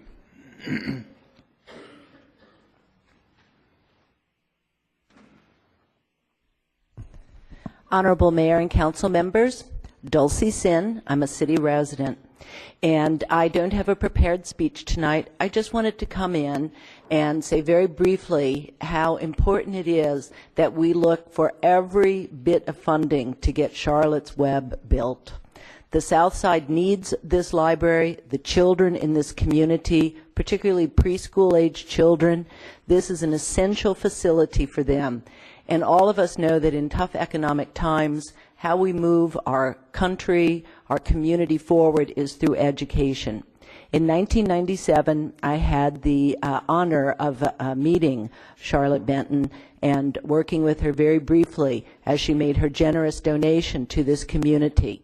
I know how much she cared for the children and how important it was for her that individual children learn to read and find the world in the library. I hope that we as a community can find those resources and create a space that is for our children to discover our world. Thank you. Thank you. Next.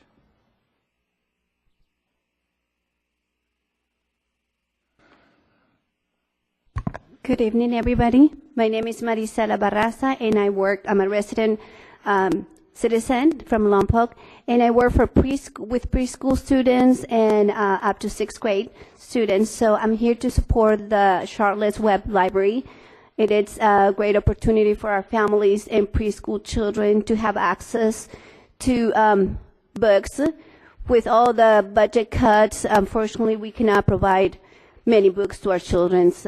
They don't have access to books at home. So this is a great opportunity for our families to come in and spend some quality time with their own children. And being open early in the day before they go to preschool for those who attend preschool. It's also on the way for some of our students on the way home, for our Hopgood students, our LBMS students, and the rest of the other schools, Miguelito, and especially they don't have to cross the busy street, H and Ocean Street. So it is, I really would like for you to take in consideration this project for our families and our students. Thank you. Thank you very much.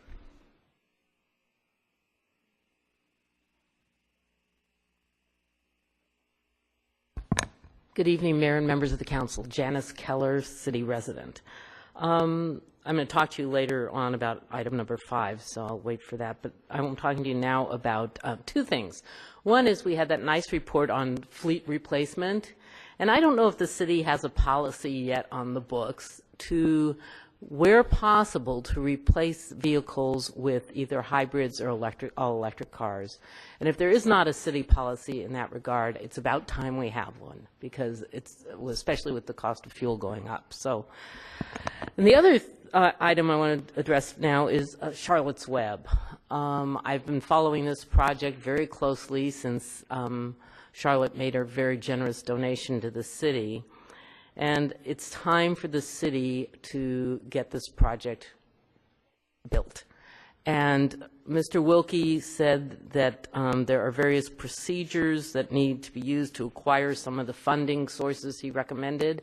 And I would like the council to either agendize that item or do it, if it's not necessary to agendize it, to urge the council to begin the procedures to acquire the money from all those potential funding sources. It needs to be done now. We can't keep putting it off. This project needs to be completed. Thank you. Thank you.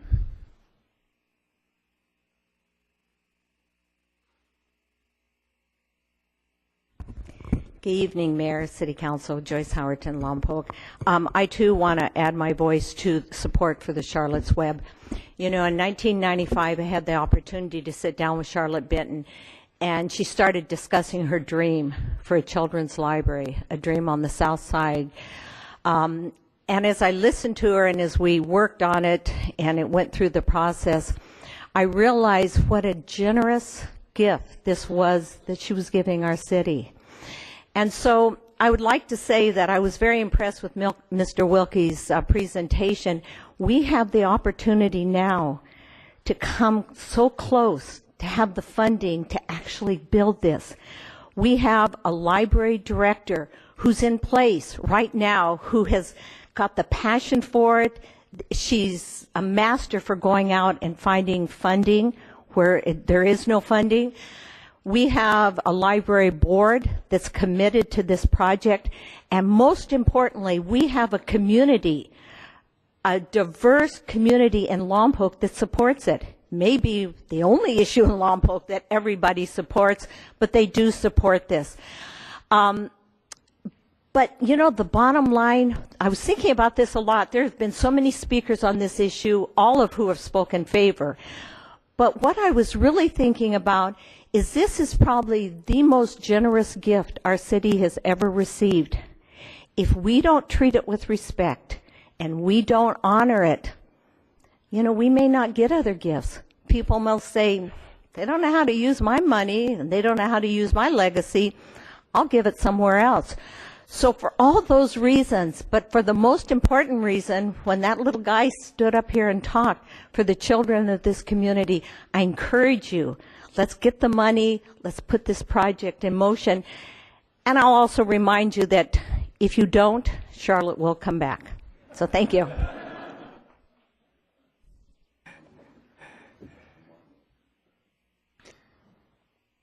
Who's next? Oh, he cut you off with the pass. This guy's tough. Come on up. Don't be bashful. Get up to the front of the line. Oh, sorry. I didn't mean to. I know. We're just I'll kidding just do you. my thing. Dave Pierce. I'm a Lompoc resident. I'm also on the Utility Commission. And 3 days from now, on Friday, the world will acknowledge Earth Day, founded in 1970. Earth Day was originally envisioned as providing a platform for the American public to voice concerns about the environment.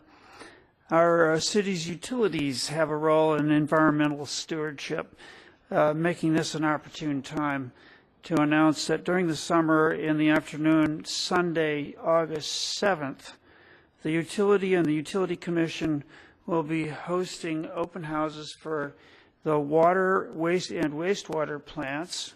And these are amazing facilities. If you have a chance to see them, this is a good chance to do it, as well as the electrical substation.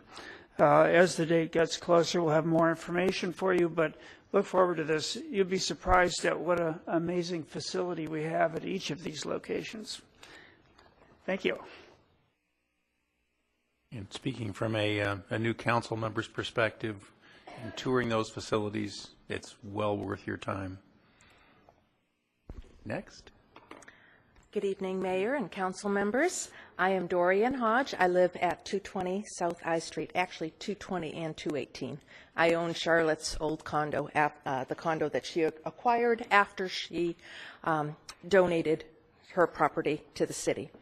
I wasn't going to speak tonight, but then after I heard Councilman Lingle talk about the electric cars, I just had to come up here. Charlotte was quite a visionary. She had an electric car franchise that she started back in 1979. Unfortunately, it fell by the wayside because the gas shortage from that era was over and nobody had a need for electric cars. I came with this book tonight because this is an oral history of Charlotte Benton, and it has a wonderful photo of her in her electric car. But she was quite a visionary. Oh, here's her in her electric car. It even had her name on it. It said Charlotte. So in this book, this book was produced as an oral history of Charlotte Benton, and it was produced for the purpose of helping the school children and children and those who use the children's library to know who she was and what shaped her thoughts and helped push her in the direction of wanting to have the children's library. She was a very, very visionary woman. She was self-reliant, outspoken, and generous, and she left the citizens of Lompoc her home and adjacent property to be used as a children's library.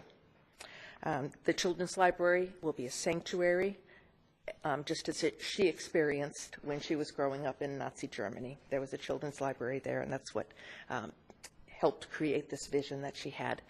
I just hope that the vision for Charlotte's Web Children's Library does not go the way of her electric car vision. And I'm sure that with so many supporters that this project has, that it won't. But I just wanted to say my piece in light of what you said, Councilman Lingle, about the electric cars. Thank you. And thank you. I'm Nancy Straight. I'm a retired teacher. I taught here for 32 years, 6th grade, and then I worked my way all the way down to kindergarten. And I saw the need for children to excel in reading is just like in a sport or anything. It's practice, practice, practice. They just need lots of books, and they need a chance to just read, read, read. And I have seen the plans for Charlotte's Library, and they're very kid-oriented. I mean, it's really specially all designed just for students and little ones on up. And it's also green. It's environmentally all designed in such a way that, you know, it uses wastewater or recycles and everything. And I mean, the maintenance would even be low on it. And I just am another person who wants to encourage you. I think it'd be wonderful to have a library on that side of town. I don't think you can have too many. And I hope that you will consider funding it. Everything is set to go except for the money for the building. And I don't think there's any way we're going to raise enough money to get $2 million. I know the library has all kinds of little fundraisers that we do, but it's not that kind of money. So we really need the council's support. Thank you. Thank you. Is there anyone else who would like to speak? Seeing no one rise, we'll close oral communication and come back to the council. Mr. Mayor? Councilmember Martiner. Thank you, Mr. Mayor. I would really like to thank all the supporters of Charlotte Webb that came here tonight and gave us the support. I made the request to have potential fundings for Charlotte's Web agendized. It came in the form of the presentation. I've been assured by the city administrator that this will be discussed and decided during the budget workshop on May 3rd. So I am ready to allocate those funds. Certainly my vote is there, and I do hope that the council join us on that decision. And I'm looking forward to hear from all of you again on May 3rd during the budget workshop when this decision will be made. Thank you for coming. Okay, on the consent calendar this evening, we have approval of the minutes with the corrections that were discussed earlier. We have approval of expenditures for a payroll and 2 vouchers, and then a set of credit refunds. Is there any discussion from the council on those? No. Does not appear so. Any discussion from the council? If not, I'd accept a motion. Mr. Mayor, I move that we accept the consent calendar. And I'll second it. Oh, okay. Is there any further discussion? Okay, in that case, can we vote, please? And that passes 5-0.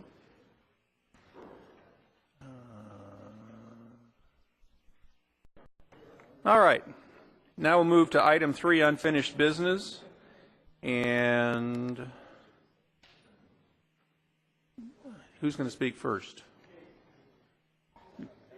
Yeah, you want to be? Okay. Our city attorney. Thank you, Mayor. At your last council meeting, you had reviewed some previous suggested revisions to the handbook, and during that discussion, you wanted to make a few more changes. And in the packet tonight are the additional changes, and they're shown as red lines. I believe we even checked with all the notes that we all had to make sure that we got them right, and we believe we have them all right. I do apologize, there's one typo that I found. On page 16, in the paragraph that says appointing committees, the word with should be within. On page 16, the second full paragraph at the top of the page, the 4th line down, that word with should be within. Within 15, right. Other than that, I don't have any other comments, and I'm perfectly willing to answer questions. I think there's... I'm sorry? Councilmember Costa, did you want to talk about that 3? I lost my page marker, so go. Thank you, Mr. Mayor. Also on page 16 in that same paragraph, it reads, provided that no more than 3 of 5 of those members may reside outside those boundaries. And the concern was brought forth to council that that should be 2 of 5, so that way the majority resides within city limits. You certainly can make that change. I just want to make sure that I'm clear that that's what the previous direction was, but to make it what it says. If you want to change it, you certainly can change it. Yeah, I think from my recollection, the way we said it before was that 3 of the 5 had to live within the city limits, and it ended up with 3 of 5 without. So if we change this to 2 of 5, we accomplish the same thing. Everybody good with that change? Yes. Yeah, I mean, I concur. I think that the previous recommendation was that we would have a majority within the city limits. Correct? I mean, that was so 3 out of 5 would be the majority outside of the city limits. Yes, I understand what you're saying. Just, and I apologize for being argumentative, but the notes, actually, the PowerPoint that we used, it's 3/5. Oh. I think we just lost track of which number was going which way. But our intent was that the majority had to live within the city limits. Everybody's good with that? Yes. Okay, are there any other changes on this? Changes or corrections? Okay, everybody turn your lights off and we'll start over. No, just, okay, Bob, your turn. I don't know who got here first. Thank you, Mr. Mayor. On page 10, the top paragraph, meeting and attendance and participation by teleconference. It has come to my attention, actually, in discussing with our city administrator, the upcoming budget hearing we have scheduled for, is it May 3rd? We're looking at a potential continuation, and the potential continuation date, I will be out of town, and I says, well, there's no reason why we can't teleconference this. We've talked about that already. But according to our manual right here, it says teleconferencing is limited to closed sessions, and that open sessions of the council meeting shall not utilize teleconferencing.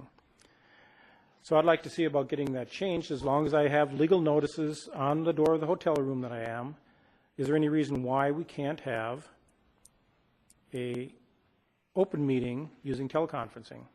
There's no legal reason. The Brown Act actually permits you to have the public sessions be by teleconference. Okay. So if the council wants to change this, you certainly can change it. So I'd like to propose that change, that we allow both closed session and open sessions via teleconferencing in certain instances.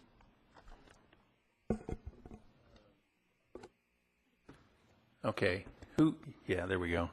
Are you following on Bob's? Okay. And I would just say that from my standpoint, I would probably want to see that a majority of the council was not teleconferencing, but that I can go either way. I just think it would be, if there were one council member here and four somewhere else, that would be kind of odd.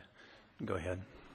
Thank you, Mr. Mayor. Councilmember Lingle, did you want to have like a specialty statement included, like in special circumstances, or not, open sessions unless X, Y, and Z? I believe if we just eliminate the last sentence, so they would read, the Brown Act allows for council to conduct meetings by use of electronic means, audio, visual, or both, in connection to connect council members at different locations. If we want to add no more than 2, 3, if we want to add that, I'd have no problem with that. If we want to have a quorum at this location, 3. But I just believe that we should, as long as it's allowed by the Brown Act, we should have it in there that we can, if necessary, allow a teleconferencing. Just for the record, you'd need to have a quorum here. In order to be able to do it, you have to have a quorum here. So it couldn't be more than 2 anyway, even if you don't say that. So then actually, if we don't even have to say anything, we just eliminate that last sentence, and we would be allowing teleconferencing. We'd always have a quorum right here. So that's what I'd like to see the council approve, is eliminating that last sentence in that paragraph. Okay. Councilmember Costa? Thank you for the clarification. I'm in support of that. I'm also in support of that. And I would like to add something. The meetings for the county, like the Board of Supervisors and the APCD meetings, they're usually done on teleconferencing, where half of the supervisors are down south and the other half is north and so forth, or the Board of Directors. And I am not certain that there is always a quorum in the place where it's supposed to be. Is that actually my question? Is there a legal Brown Act that specifically says that you have to have a quorum on the place where the meeting was called on? I think it's because it's all within the county. Oh, okay. So this restriction goes to anywhere in the U.S., correct? Anywhere in the world. Anywhere in the world. Thank you. Okay. Is everyone in favor of that change? Bob? Dirk? Okay. So that's correct. Are there any other changes to the text someone would like to bring? Yeah, I have a question on number 11. page number 11, the very last paragraph. No council member shall have any ex parte communication with a person who is adverse to the city. Why did you include the word adverse? There are many items that are discussed in closed session that are not necessarily adverse to the city. And I'd like to know if there is any legal reason behind that. It was to try to structure something that could actually be said clearly and understood. And what that means is if there's something being discussed where there's two sides, if the restriction would be a council person couldn't talk to a person who's on the other side of the table outside of the closed session. That's what that was intended to mean. Okay. Obviously, on that item, they can talk to them if they want to talk about baseball, but they can't talk to them about Sure. that item. Okay, thank you. Thank you for the clarification. Councilmember Costa. Thank you, Mr. Mayor. Page 11, that same section was also the question that I have, and I think you've clarified it. But if we could just, I'd like to use an example and restate. I know that there was quite a bit of concern in the public that I got phone calls regarding, what it would be allowed and what would not be allowed. So if you could just sort of restate that very simply, I would appreciate it.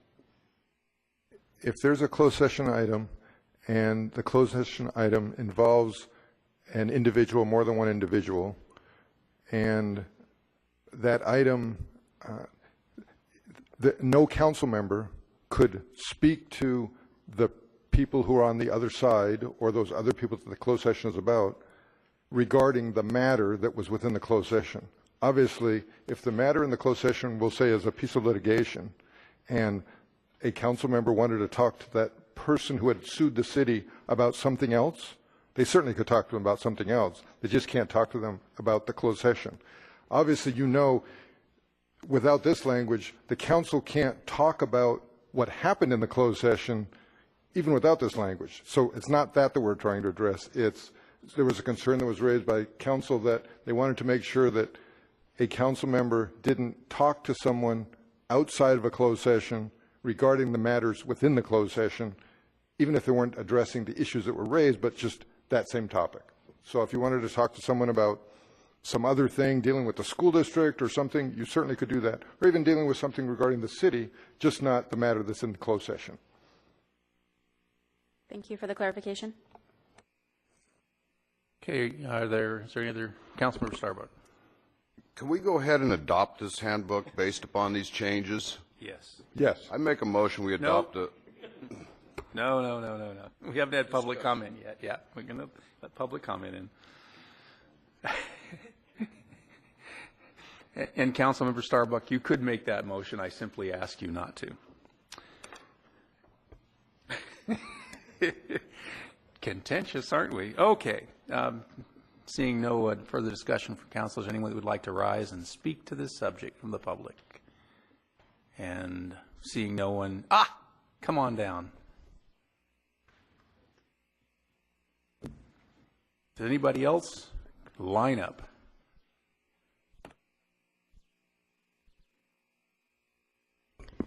Janice Keller, Lompoc resident. I'm really concerned about your allowing the meetings to be conducted with members not present.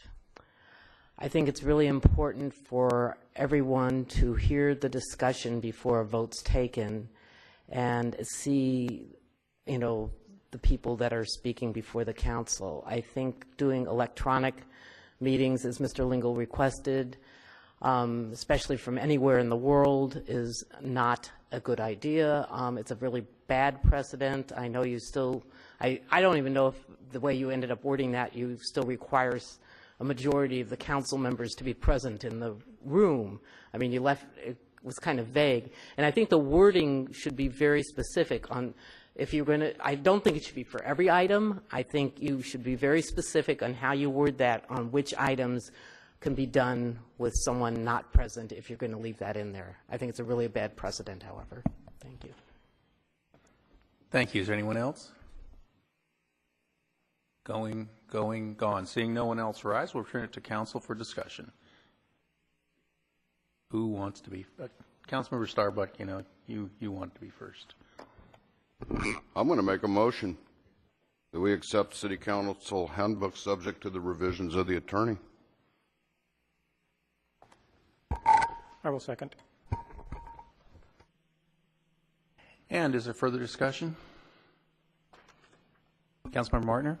Yeah, in lieu of the public comment that we just received, I would like our city attorney to comment if there is any more specific language that could be added that you think that may be appropriate regarding teleconferencing. Does it have to be anywhere in the world? Does it have to be video or just, something to make it perhaps a little bit more specific? I think there was a point brought up that do we know all the possibilities of what could this lead to? I'm not sure. 3 people here, so can we make that very clear in the language? We can certainly add that. We don't legally need to, but we certainly can add it just for clarity. Okay. Could we do that? I would like to make the motion if that could be added, amend. Everybody's okay with that? Yeah. Okay. So the motion's been modified to include that. To include that. And the second? Yes. Okay. Councilmember Costa? Thank you, Mr. Mayor. And I don't know if this is would even have any legal binding abilities, but to say that it's council's general policy to use this or to not use it whenever possible, to try to say that it's really not something that we want to use as a normal practice, but that this is for very rare occasions, just to promote the idea that this isn't something, that can be casually used often. Just trying to address the concern, that's all. I concur with Councilmember Costa. We don't know the consequences of this. Yes, very much Councilmember Lingle will be in Washington, D.C., and he will be able to hear the speakers and listen to it. But what's going to happen maybe, a year and a half from now when whatever, so we have to put a cautionary statement of some sort. Would you help us in that cautionary statement? How about no council member can do this more than once a year without specific council approval?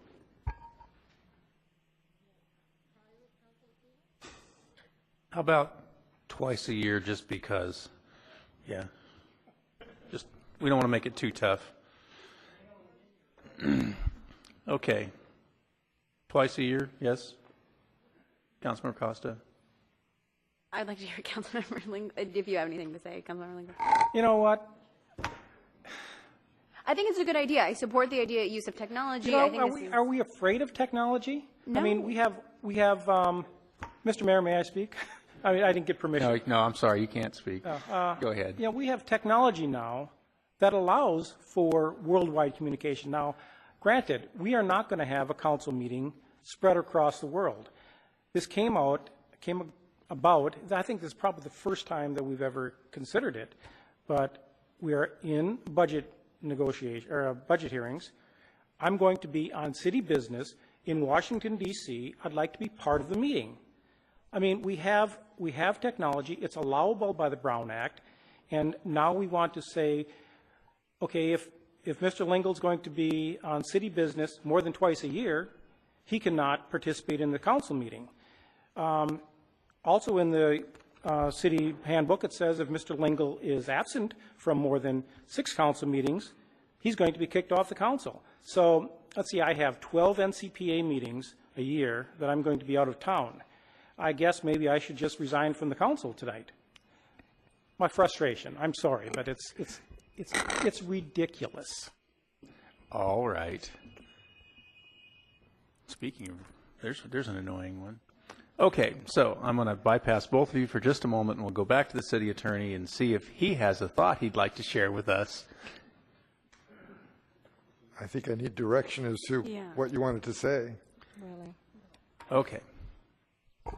I will make a recommendation. Would you two mind if he made his recommendation? I would like to speak before he makes the recommendation on the previous statement, Okay. if I am allowed, Mr. Mayor. Absolutely. Councilmember Martiner? Thank you, Mr. Mayor. Councilmember Lingle, the NCPA meetings are on the last Thursday of the month. We usually don't conduct city businesses and council meetings on that. We conduct council meetings on Tuesdays, which is our official city business. I know that there are times in which, like what you are experiencing right now, and I totally agree that you should participate, and I think this policy should exist. What I would like to add is just to put a cautionary statement such as that we prevent, I wouldn't call it an abuse, but just prevent a lack of attendance here, listening to our speakers, watching the council, watching our council members, and deliberating and making decisions that way. So I just would like to add a cautionary statement, if at all possible. Thank you. I have an idea. What if we leave it, we don't put any specific amount of time, but we add some language that says the council can decide in the public interest whether to permit the teleconferencing or not in any particular time. So a majority of the council could say they're not going to allow teleconferencing at a particular time. Am I recognized? Now I'm going to go back to Councilmember Costa because she's ahead of you. I was just trying to get your head to go nod, nod. I defer to Councilmember Lingle. That was going to be my recommendation, is that whenever a council member happens to be out of town, not able to attend a meeting, that we get the majority of the council to agree that teleconferencing will be allowed at that meeting. Everybody good with that? Councilmember Martiner? Councilmember Costa? Yes. Councilmember Starbuck? Councilmember Lingle? You must be good with it. Okay, are there any other changes or corrections to this? No? Going once? Going twice? Time to vote. And that passes unanimously, 5-0. Great.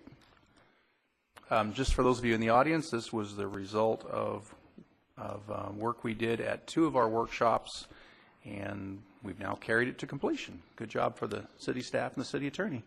Thank you very much. Okay, next, new business. The declaration of a nuisance and abatement order. Battalion Chief Robert Kovac. Pretty exciting stuff, huh?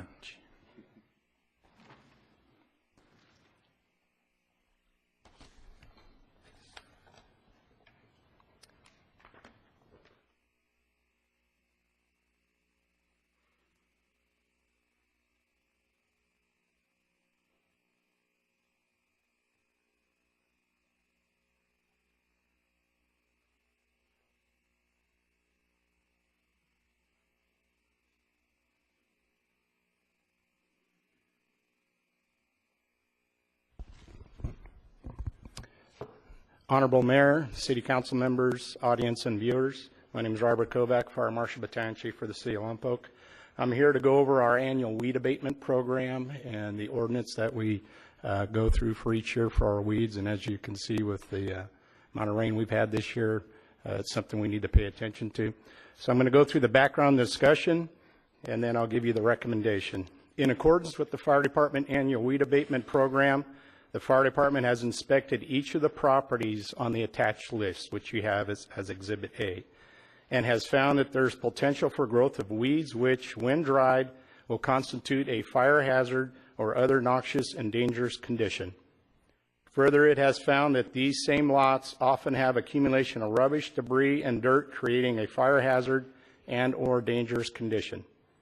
To proceed with the abatement of weed conditions, City Council must determine such conditions exist and set a public hearing to hear objections to the proposed weed removal. The Council is being requested to set that public hearing for May 17, 2011 at 7 p.m. at your City Council meeting. If at tonight's meeting, Council determines nuisance conditions exist, then Council could order the nuisance conditions be abated by removal of the weeds by property owners, and failing that by the city, and with the cost of administrative code enforcement and of removal assessed against the properties as a lien upon them until paid. Kind of skipped over a couple things here. Adoption of the resolution will also address the regrowth of weeds. The fire chief has determined weeds are seasonal and reoccurrent nuisances. The fire chief's findings are in accordance with Government Code Section 39562.1, which will allow subsequent abatements by the city to be conducted with no further public hearing, as long as a postcard notice is sent to the subject property owners. Recommendation: adopt resolution in front of you 571211, declaring certain properties, certain parcels of property as public nuisances by virtue of weed growth and or by the accumulation of rubbish, refuge, and dirt pursuant to Government Code Sections 39560 through 39588. And that completes my report. Available for questions. Thank you. Are there any questions from the council? Who's first? Councilmember Costa. Thank you, Mr. Mayor. I just wanted to thank City Administrator Barcelona for very quickly from about this morning communicating that I had requested the letter that gets sent out to these folks, because I was somewhat confused as to what happens when we get this gigantic list. And so that's what we were just given out. That's correct, yes. The letter that goes out to the folks on our list who have issues for weed abatement. So I just wanted to thank you for providing that so quickly today. Thank you. You're welcome. Councilmember Martiner. Yes, thank you, Mr. Mayor.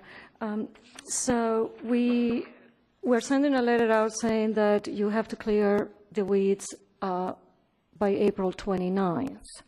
Correct. Okay, so I guess I'm a little confused regarding the hearing on May 17th.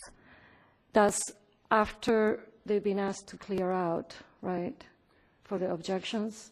That is correct. If they haven't cleared by April 29th, then staff will go back out and reinspect and provide a list to you on May 17th of what has not been completed. And then those parcel owners can come to council. Okay.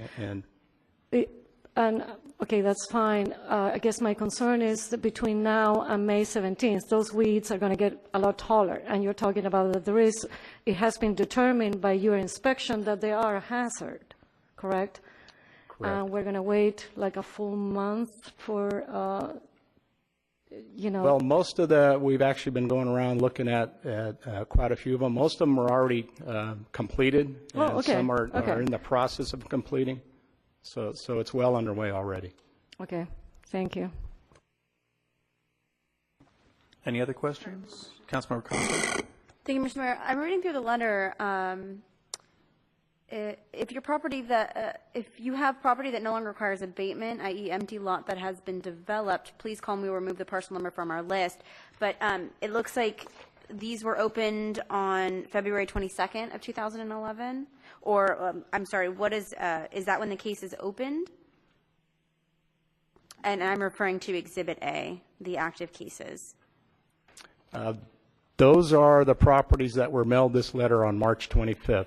So the inspections were just prior to the letter going out.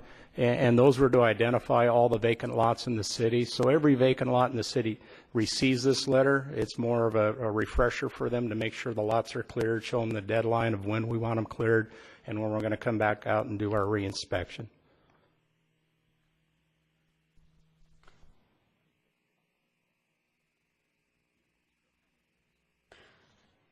Right. And I'm sorry, these letters go out to everybody on the active cases list as well as any additional properties? Those are the list of all the vacant lots in the city that has the potential for weed growth that would cause a problem for us. So it's a letter to them saying, time to clear your lot. This is your first letter. Just as a reminder, most of them already know this. Most of them have already started that process, like I mentioned. And it's to give them the deadlines and when we're going to come out and start the abatement process if they're not taking care of it themselves.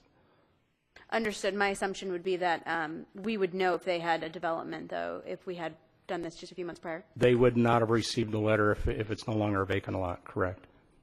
Okay, so I'm just curious why that, sorry, not a big deal or anything, I was just curious why that sentence was needed then. Because we would know if your property no longer requires abatement. Just a heads up maybe for editing the letter. Thank you. Okay, any other questions for Mr. Kovac? Okay, thank you.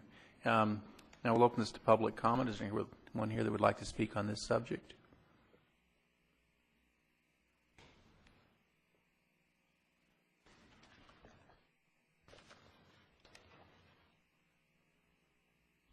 Good evening, Anne Rouget, Lompoc citizen. There's a house on North A that we had to go in and clean up ourselves. I don't have the list in front of me, but I was wondering if that property is included. I believe it's a 400 or 500 block of North A, and it's looking really terrible, so we're going to have to go in and do it again. I believe the owner's in Fresno or something, so I just wanted to make sure that was in there. That property's on the list. 1128 North A is on the list. So is the property on C Street.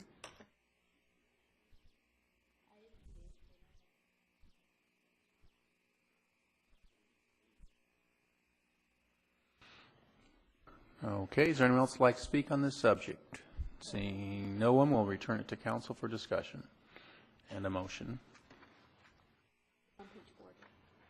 Page 4, Dirk.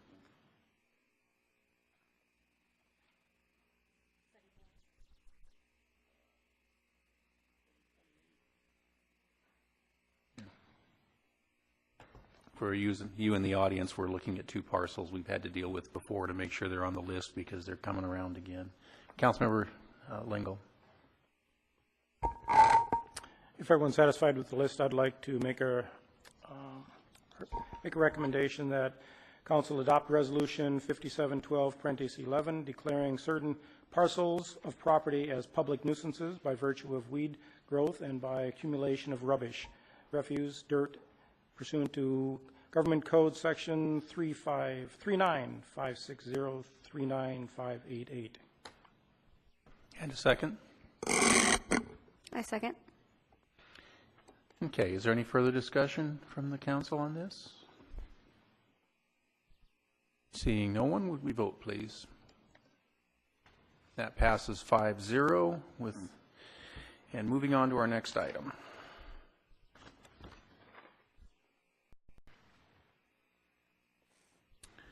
And our next item will be the discussion of the exclusive negotiating agreement with the California Space Authority regarding property located near Ken Adam Park.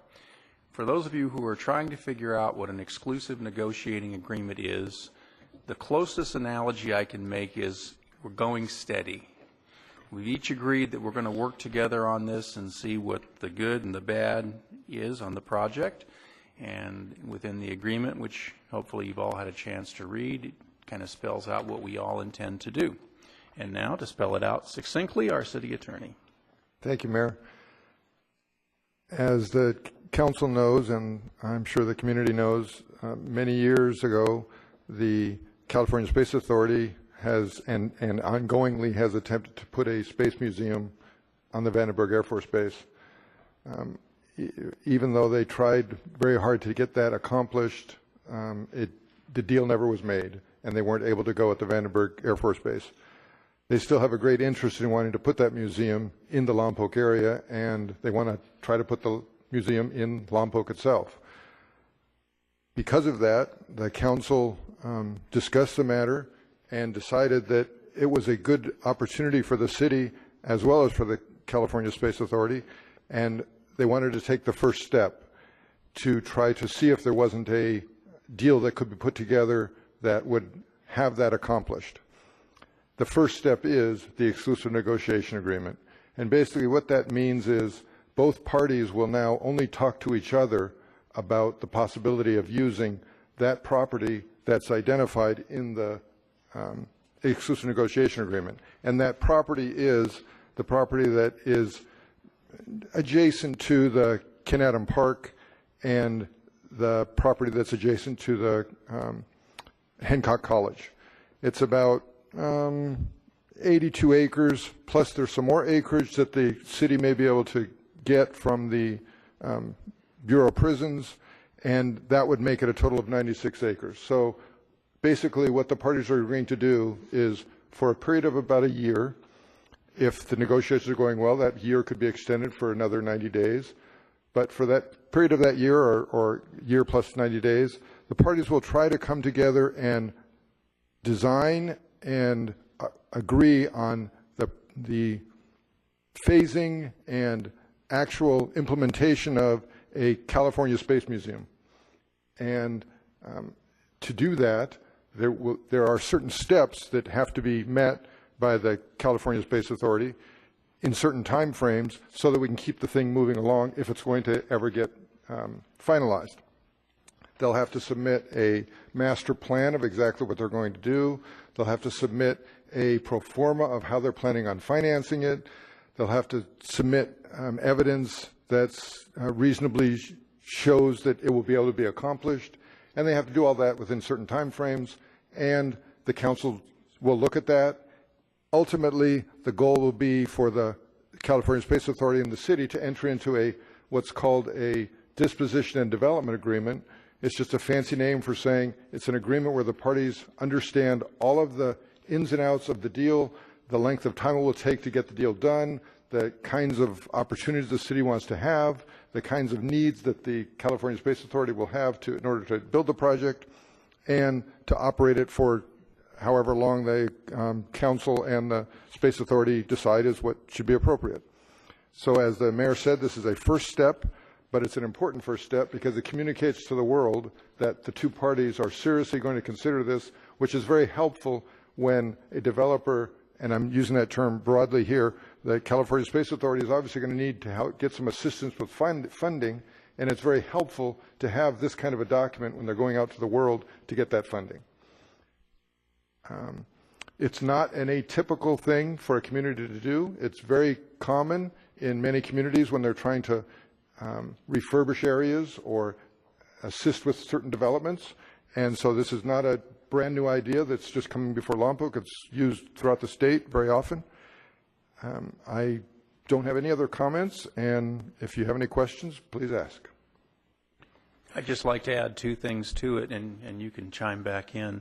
As part of this process, we have to go through the CEQA process is included in this, the Environmental Quality Act, and also the land use, amending the land use within the city and developing the land use guidelines for, I can't think of the name of what, a specific plan, there you go. So a specific plan has to be created. This has been a subject of closed session, and so we've all talked about this and we're kind of knowledgeable on it, but obviously we weren't allowed to talk to anyone else, which, considering it was, we all thought it was pretty good news, made it somewhat difficult. But next, City Administrator, did you have anything you wanted to say before I gave the Space Authority a moment? I think our city attorney, Mr. Pannoni, said it very well. Thank you. Okay. All right, and now, Andrea? Well, good evening, Mayor, and good evening, City Council members. It's a pleasure to be here tonight, and I'm looking forward, and I know my colleagues are too, about us going steady in the next year or so. Before we go into the exact things that we're envisioning at the California Space Center, I wanted to give a little background about why is California Space Enterprise important, who is CSA, what is a California Space Center, the ingredients for a success, our current status, funding, and request. Next slide, please. I don't think many people understand how large California Space Enterprise is in the state of California. It exceeds $93 billion in 2009, and California Space Enterprise provides over 450,000 jobs and $23 billion in wages. And we have had A.T. Kearney help us, assist us in trying to wrap our arms about how big space enterprise is in California. And I'm not even talking necessarily about the aero side. I'm talking about space itself. Naturally, within these numbers, Vandenberg Air Force Base in our area is very much within those numbers. California Space Enterprise represents 46% of the United States market and 22% of the global market. And I will tell you, last year sometime, I remember reading about China, and their goal is to get 20% of the global market. So you understand we have this right in our midst in the state of California, and we need to make sure that we keep it and we keep it growing. Now, the California Space Authority has been in existence for some 14 years. It's governed by a statewide board of directors. We're a nonprofit. We represent the interests of the diverse space enterprise community in all three domains. So whether it's commercial, civil, NASA, and so on, or national security, we're interested in it. We work closely with the state of California, and we partner with industry, government, workforce-related entities, and academia to facilitate statewide space enterprise development. Now, I'd like to point out that on our board of directors, for instance, we have the full spectrum of California space enterprise. We have large companies such as Boeing, Lockheed Martin, Raytheon, Northrop Grumman, United Launch Alliance, medium-sized companies such as SpaceX and Sierra Nevada, and smaller companies like Quintron, Stellar Solutions, United Paradigm. And we also have representation of academia. Cal Poly San Luis Obispo is represented on our board, and labor, IBEW. And I do want to point out also that we're designated by the state as its state spaceport authority. This evening, I do want to introduce members of our board of directors. Jim Boyle is here tonight, and I might add he's a resident of the city of Lompoc. He's Delta IV Launch Site Director at Vandenberg Air Force Base with the United Launch Alliance. Also, Jim McLaughlin, who's CEO of Quintron Systems in Santa Maria, is present. And Ray Deutsch, one of our founding board members, who's Senior Architect, Community Relations Director with Westberg and White in Santa Maria. Now, I just didn't come up with this idea of the California Space Center, or neither did Janice Dunn, Deputy Director and General Counsel of CSA. It was identified in our first California Space Enterprise Strategic Plan, which was a collaborative effort, if you can believe this, throughout the state of California. And I want to say 250 people participated in that from all walks of space enterprise community. And the concern is there about inspiring our young people to study science, technology, engineering, and math. And if you haven't heard, this is the next crisis that is facing us today. Are we going to have enough students, and we aren't right now presently, studying these important areas of study? And the other thing that we wanted to do with our California Space Center, and a concern of the community, the space enterprise community, was to educate the public about space and how it benefits their daily lives. So out of the California Space Enterprise Strategic Plan back in 1998, and again 3 plans after that, of the large concern about where we're going as a nation and a state regarding these issues, definitely the California Space Center idea concept was born. It was the idea about, for instance, Edwards Air Force Base and Vandenberg Air Force Base. There's stories to be told, but they're hidden behind the gates and the fences. And so how do you bring that out so that the public, especially our young people, can be told about these stories and hopefully inspire them to study this area? Well, anyway, the members of the space enterprise community wanted us to facilitate, CSA, to lead and facilitate this process, this project, and our members and others to provide the necessary resources to develop the California Space Center. Next slide, please. So with that, I'd like to introduce Janice Dunn, Deputy Director and General Counsel, and she has been wedded to this project as the director of this project, and I'd like her to pick up on page 7 here. Janice? Thank you, Andrea, and thank you, Mayor and City Council, and members of the audience. I'm happy to be here today to talk about my very favorite project of all time, California Space Center. As the city attorney mentioned, we've been working at this for some time. It was way back in February 2004 that we started talking to the Air Force and asked them for a long-term lease for a site right on Vandenberg Air Force Base. Wonderful 71-acre site, used to be a mobile home park, and had great views of the launches. We proceeded forward with that plan for 7 years.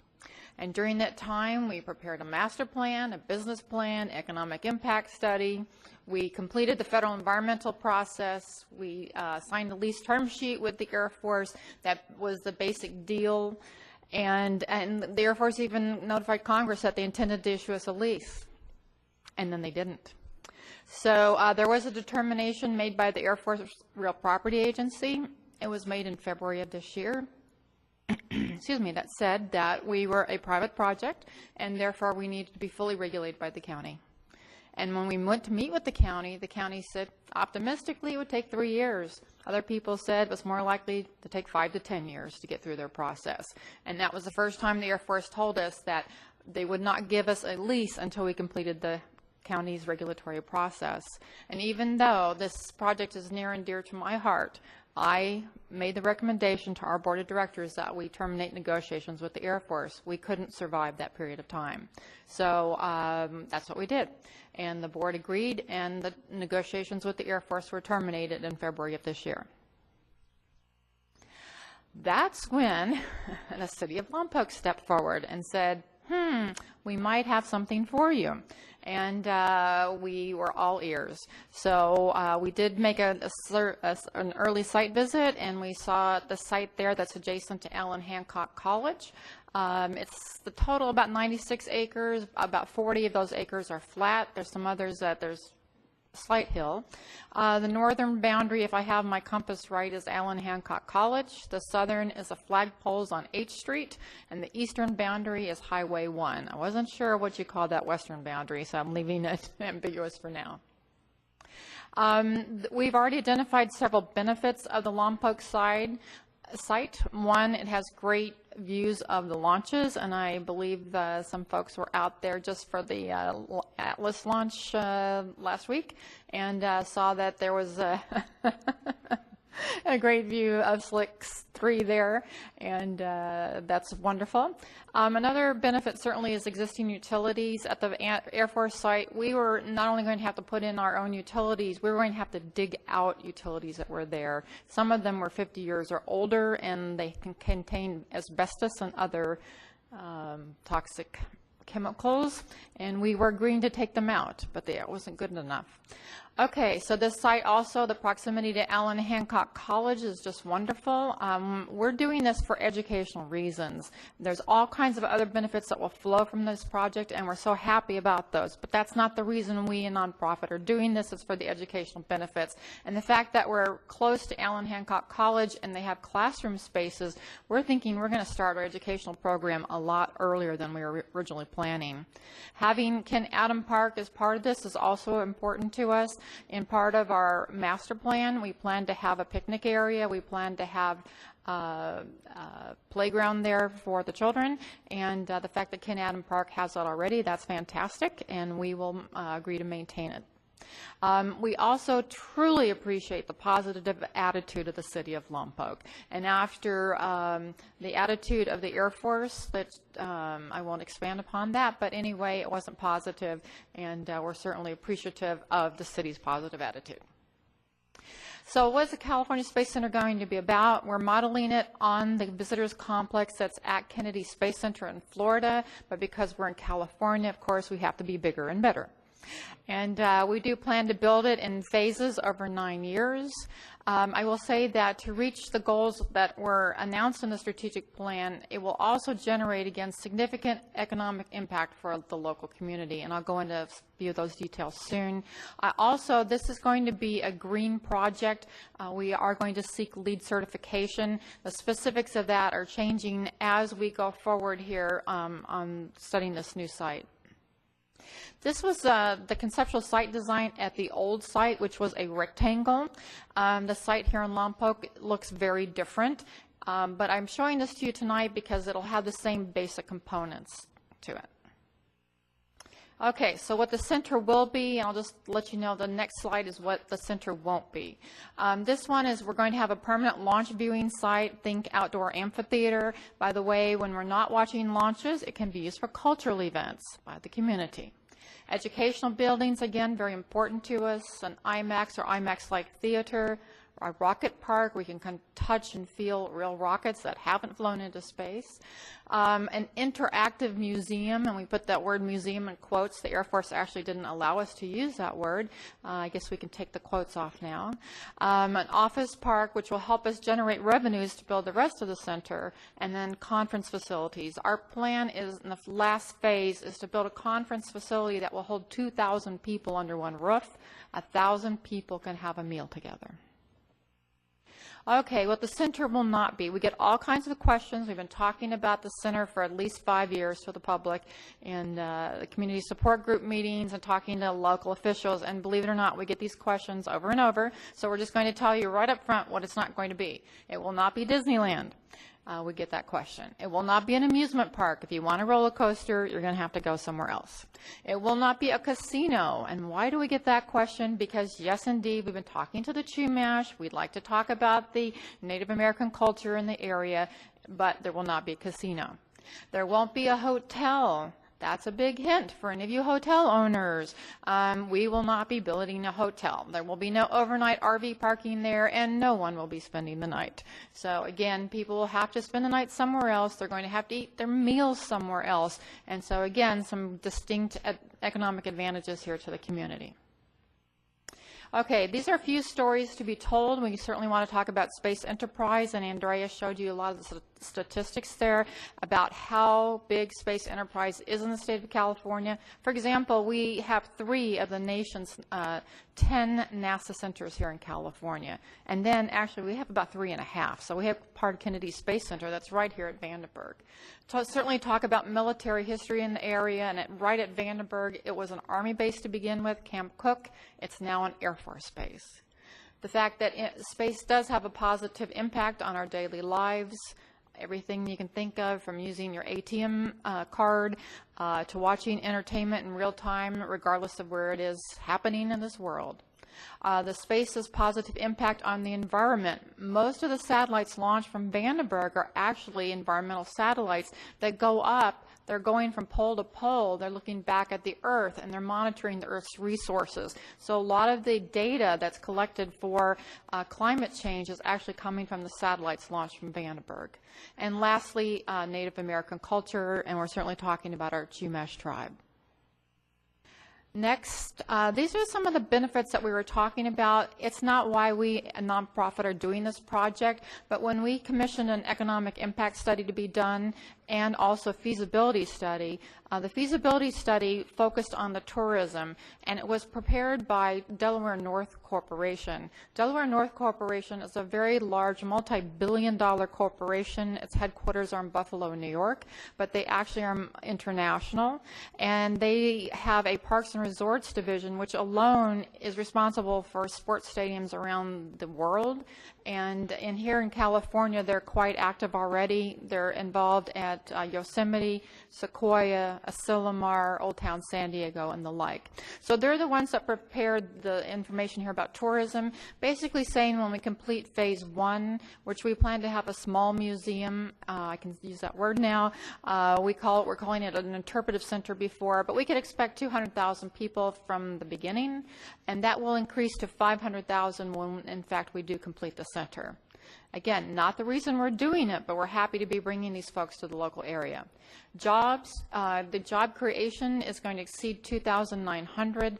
As far as direct jobs, 1,713 is the number for direct jobs, and indirect about 1,200 more. The indirect jobs are the folks who work at the gas station or the grocery store or the restaurants, and we're happy to do that as well. So total here, we're talking about an impact that's in excess of $2 billion in our first decade. Now, what do we need to achieve success? First, we need to enter into this exclusive negotiation agreement. And as the mayor said, it'll be the agreement, let's go steady. Then we're going to figure out what's next after that. We do have to complete the CEQA process. We understand that. As part of CEQA, we're going to be revising our master plan. We have a master plan. It was for that other rectangular site. We need to change it to make it fit this site. We also need to update a traffic study. We had a traffic study done for about 5 miles north on Highway 1. We just need to update it now and say we're going to be 5 miles south. So we don't think that there's going to be any major problems there, but you never know until the study is done. We do have permits that we need to receive from the city. We'll be applying for those soon if our board directs us to do that. And also there's some zoning that needs to be changed here. What the long-term goal, of course, is to execute either a long-term lease or purchase the property. We don't know which of those two makes sense from the city's point of view, from CSA's point of view. We want to explore that under the exclusive negotiating agreement. And of course, we need a few dollars to get this done as well. So how many dollars? The estimated cost now is about $200 million, and believe it or not, that's 10% less than at the other site. So think about the utilities we don't have to put in. We just get to connect to the existing utilities, and that's a big part of that. We also think that we'll be able to save some dollars too by doing some consolidation and possibly collaborating with Allen Hancock College. We've already met with Dr. Ortiz, who's president of the college, also Dean Rance, who is the dean of that campus, and we're talking to them about joint use of facilities. So why build a building if it's not necessary? Or they can come and use our outdoor amphitheater, for example. So here we go. That says 4 phases, and then I gave you 3. I apologize. We did have 4 phases, and we took out phase 0 because we don't need to do that. That was establishing utilities, but we still expect it to take at least 9 years, and that's if all goes well. So in phase 1, to begin an office park, again, that's where revenues will be generated. Phase 2 is visitor center, and that's where the theaters are going to be in the Rocket Garden and the like, and the museums. And phase 3, we want to finish the office park and then construct that conference facility. So again, that will be a very large building where 2,000 people can sit and listen to a lecture, and 1,000 people can have a meal together. So where is this money going to come from? The answer is a variety of sources. Bank loans, issuing bonds for that second phase in particular, one during the visitor center, government grants. We've had some success there, and we are applying for grants almost every month. Local, state, and federal. A capital campaign, which our planning for our capital campaign is already done. All we need to do is implement it. Why did we not implement it? We were waiting for the lease from the Air Force. So hopefully it's going to take a lot less time with the city here if the board decides to go forward and we can get things done. It's important to note too, we already have 2 potential tenants for our office park. Both SpaceX and Orbital Sciences have signed letters of intent. SpaceX in particular has signed launch contracts at Vandenberg Air Force Base. They have to come here to launch. They do not have office space. So they're talking about creating 50 new jobs right off the bat. And the SpaceX does in fact have a launch complex at Vandenberg that they are refurbishing right now, so they're coming, and we want them to be here. And then Orbital Sciences is on Vandenberg already. They're not happy with the quarters that they have. Many of you know that the buildings on Vandenberg are less than optimal, and there's some folks who would actually like to have some modern conveniences. Okay, funding to date, this is what we've collected so far. It's almost just about $400,000 from a state grant launch team, and what that's about is folks, individuals and organizations who believed in the Space Center as a concept and who will be permanently recognized at the center. We're going to reopen the launch team. We thought we were going to get the lease last year and we closed it, so we're going to reopen here and let other people have that opportunity. The Friends of CSC are people who wanted to donate less than $1,000 as individuals or $10,000 as organizations. And then Santa Barbara County did in fact make a donation of $10,000. I want to say, in addition to, the city of Lompoc has in fact contributed $2,000. And in addition to funding, we have had a whole lot of volunteer hours. These are hours that have been spent in meetings with CSA. We always give people homework assignments, and we never tried to capture that amount of time, but we know as far as volunteer hours and meetings, it's over 4,500 today. Can't fail to mention here, we're very proud of getting letters and resolutions that are in support of the Space Center project. They come from the County of Santa Barbara, they come from the City of Lompoc, they come from our congressional representatives, and also, of course, our state and county elected officials, and they all are available online. And lastly, thank you for listening. I am available for questions and comments, as is Andrea and any of our board members you might want to ask a question of. So thank you, Mayor and City Council. Who would like to be first? Councilmember Martner. Thank you. Thank you for your presentation. You're welcome. I have a question regarding your slide, page 19, funding to date. This is all the money that you have raised in the last, I don't know how many years the California Space Agency has been in existence. This is not all the money that CSA has ever raised. We, for example, had a $15 million grant from the Department of Labor, and so that was a 4-year, $15 million grant. There was some funding, some of that funding that was used for development of the Space Center, but we couldn't use any of it to build it. So what is this, the funding today that you're talking about here right now? Is this the money that you have right now? This is all the money that you have right now? It's money we've received and spent already in support of this project. Okay. This is the money that you have received and spent in the last 7 years? No, we've actually spent a lot more than that. So this is funding from outside sources. In addition to that, we've spent about... in addition to the $14 million from the Labor Department. There was $15 million. Yes, we've spent about $2.5 million developing the Space Center. Okay. Thank you. You're welcome. Councilmember Costa. Thank you, Mr. Mayor. On page 20, it says that there's a resolution from the City of Lompoc. I'm assuming that was for the original project for Vandenberg? Yes. Okay, just wanted to clarify. Thank you. Councilmember Starbuck, you haven't asked very many questions tonight. I think it's now time for you to speak up. How come the movie you tried to shoot of the Alice didn't come out then? And I'm going to quit answering my phone and going out at 8:30 at night. Let the record reflect that I previously shot a video of the site for the Space Authority in daylight using a camera, and therefore felt that I might be qualified to shoot that launch the other night. But realizing that I needed technical assistance, I called on Councilmember Starbuck, who came with me to the hill where we enjoyed the launch immensely, and we shot a perfectly good video of a small orange dot going up across the screen. I should have stayed home. And the coyotes serenaded us. Well, thank you for trying. Yes. So, any other questions? Councilmember Lingle, no? Okay. All right, let's go to public comment. And who in the audience would like to ask a question or make a comment?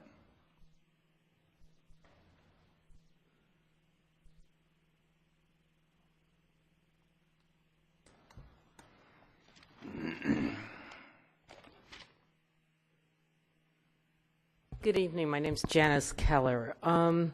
As the council members know, because I sent them an email a while back, I am very concerned about the whole process involving this. And since the item on the agenda tonight is specifically this exclusive negotiating agreement, I'm not quite sure why we had a whole presentation about the project that doesn't exist yet. So it's of great concern to me, the way this is done. Also, I was looking at the closed session agenda, and it says property adjacent to Ken Adam Park. And then the exhibit that's attached to the exclusive negotiation agreement includes Ken Adam Park. So is it adjacent or including? And the presentation tonight said including. So I'm not even sure what property we're talking about at this point. I did notice in reading the exclusive negotiating agreement that the city is going to be responsible for trying to get property from the, I guess it's the prison, for inclusion in this project. I don't know why the city is taking that on. I've read this agreement. I have several concerns about it, that being one that I just mentioned. Also, I noticed that the city planning department is kind of left out of this entire process. So a master plan is going to be developed in this exclusive, I don't know what public hearings are going to be held because that's not clear from this either. And the master plan is going to lead to the environmental impact report that's going to be done, assuming one it gets done. Normally there's a scoping hearing held by the planning commission to determine what issues need to be included in that environmental impact study. So it seems a lot of steps are being mixed together and skipped here, and having been on the city council for 8 years and the planning commission for 6 years, that's 14 years of experience in working in these projects. Something's wrong here. And I would hope that before you approve this already approved by CSA agreement, which also is of concern, obviously there was some behind the scenes talks about this agreement in order for CSA to already sign it and then be presented to you as a done deal. So there is no project as far as I know, so I'm not speaking in favor of against a project because there is no project. Nothing has been presented to the city nor gone through the official city process.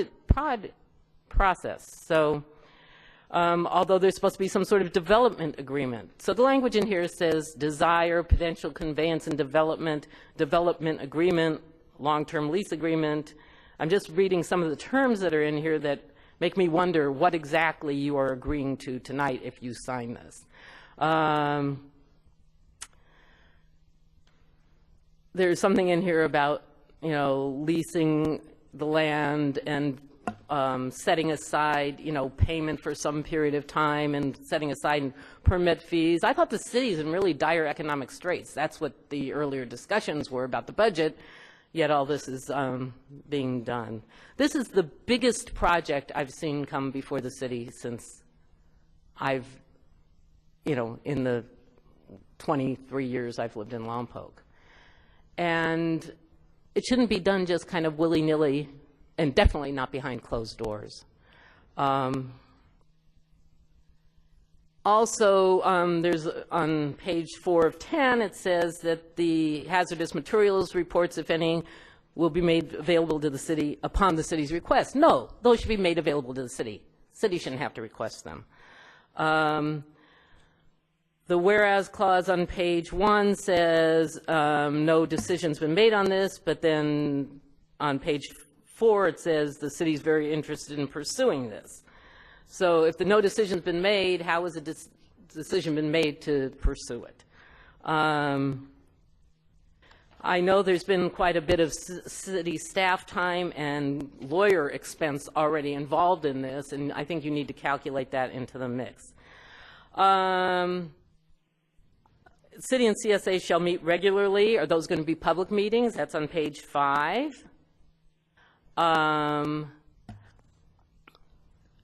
It says that CSA will hold some public workshops. Doesn't say how many. They could hold one and say they've met their obligation. You might want to be specific about that. So that's pretty much all I have to say. Thank you. Thank you.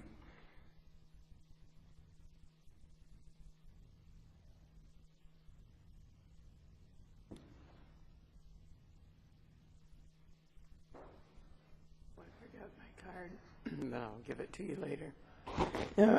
Honorable Mayor, members of the council, I'm Bess Christensen, and a resident of Lompoc.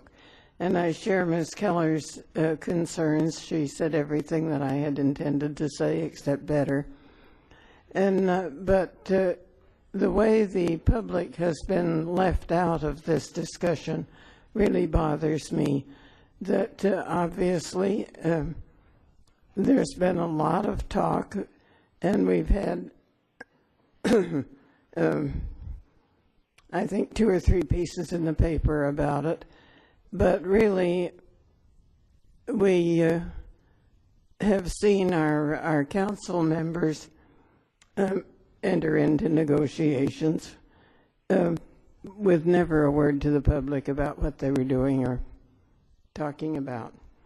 It's kind of ironic that we can't find $1 million to finish Charlotte's Web, but we're talking about hundreds of millions of dollars here and very little about where the money's coming from to do all this. And another thing I think is very important, that while the city may enter into a lease on property that we secured from the federal government, I think it's awfully important that we not sell that property, because this dream can collapse, as so many have in the past, and we need to hang on to that very valuable property, a lease of whatever length, 50 years, 99 years, but don't give away the store. Thank you. Thank you.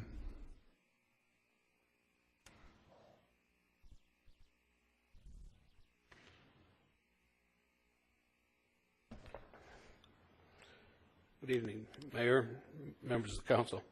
Butch Browder, citizen of Lompoc.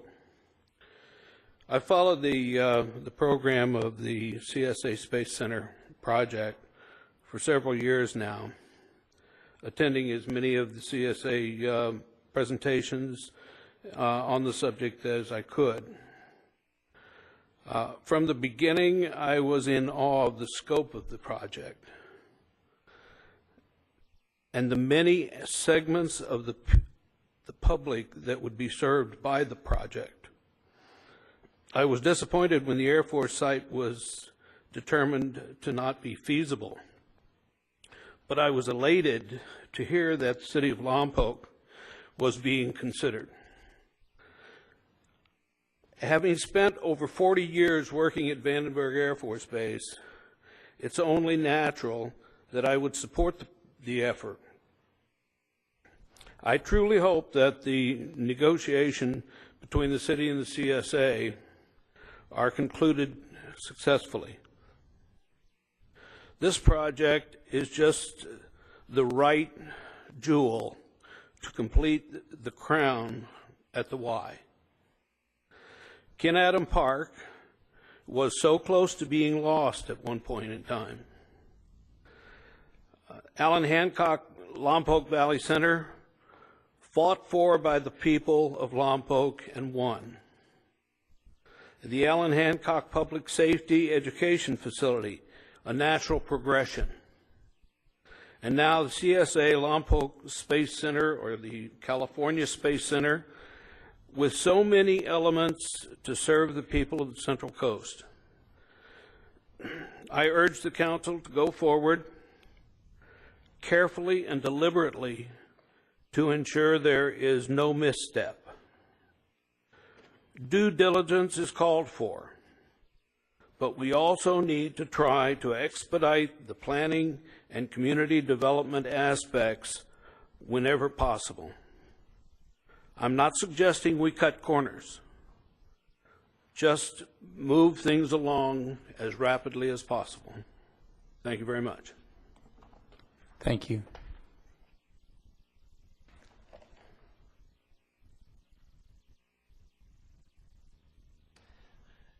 Mayor, City Council members, Jeff Bruton. I live here in Lompoc.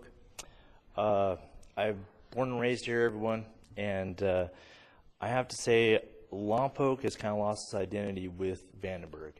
We used to have that beautiful missile as you came in on Highway 1 that was sitting there, and that was taken down. And then we lost the space shuttle program, you know, and I think this is a wonderful opportunity for Lompoc to be put back on the map, especially with the history, the rich history we have with Vandenberg. Recently, I had a chance, just last year, I had a chance to do a tour out on base, and did not realize the history that Vandenberg has for our nation and going to the moon and the whole. I didn't realize that, and I've lived here most of my life. I was born and raised here and moved away, but you know, I was actually surprised by that. And I think this is an awesome opportunity, not only for Lompoc, for our nation, anyways. And I'm just happy that we're even being considered, and you guys are taking up the project like you are. Now, saying that, I agree there's concerns, and I don't want to go in and just lay out $1 million and lose everything either. So there is concern, and I want to agree with that with everyone here. But I applaud you guys. 14 years with this, amazing. I would have given up at 5. So, but anyways, I think with our new city council members and our new mayor, I think it's going to be a joint effort. And I think you guys are going to be very successful with this. Thank you. I appreciate your time. Thank you.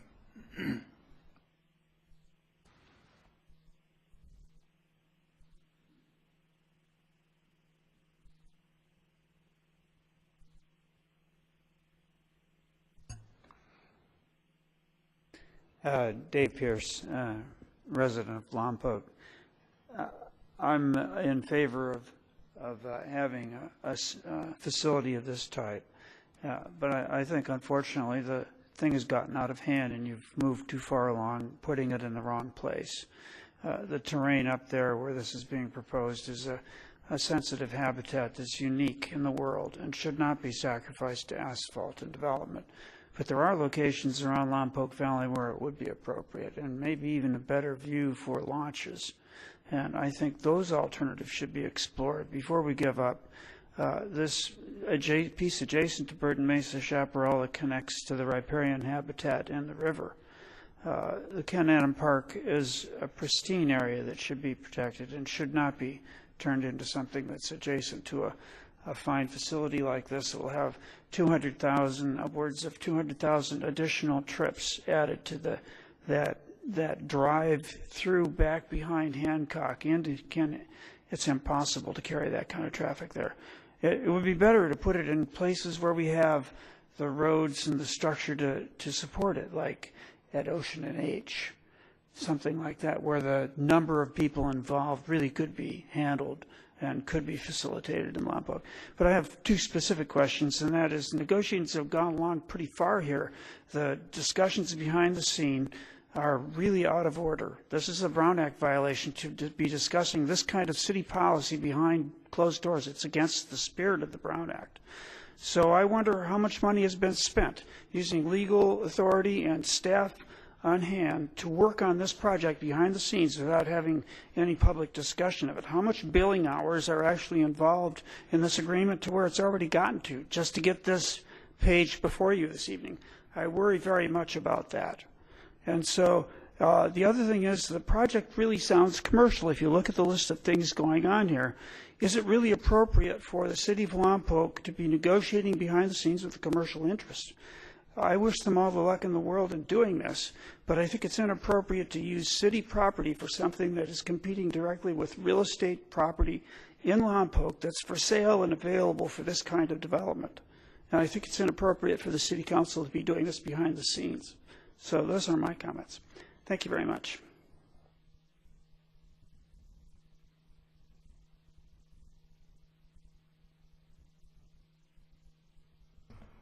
Mr. Mayor, members of the council, Jim Dixon. I have a local engineering business. Perhaps a little bit different perspective on this project. Andrew Salazar's out there. 27 years ago, he and I, with an official of the prison, rode horseback over this property to look and see if we could define a boundary to set aside some property for space and education purposes.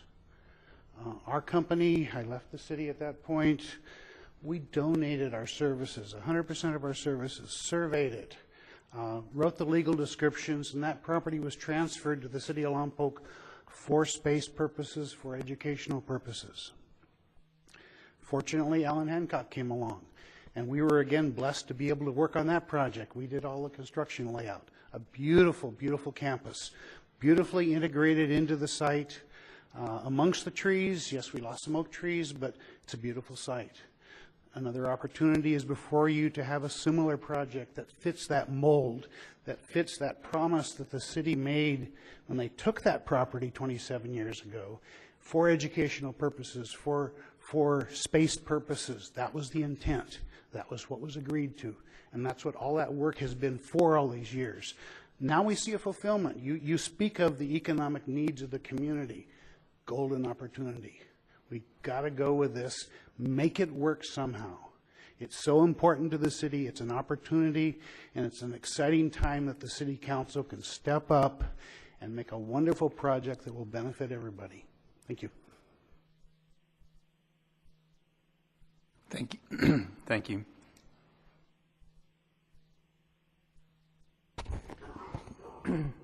I'll wait while the mayor coughs. I used to have that problem up there. Anne Rouget, Lompoc citizen. Many years ago, my husband and I have supported this project because just like Charlotte Benton had, it's a dream. And I think this is a good project. I know the people involved with it. I've known Andrea for many years, and I think the way the behind the closed sessions were held is causing heartburn, and it does to me too, because I heard rumors in the town about, oh well, the Space Center is going to do this and so on and so forth. So there really is no closed session, I'll tell you that one. But the idea, is taking form, and I would urge you, as I agree with Mr. Browder, to go ahead with it. I understand that why you had to have closed session, but I think from now on we need to open the windows and let the public in too with their input. As I said, it's causing some heartburn on that. But the city, as my understanding, is not going to be putting the $1 million in. These people that are building this thing are the ones that have to raise the money and pay for everything. So for the EIR and the CEQA and so on and so forth.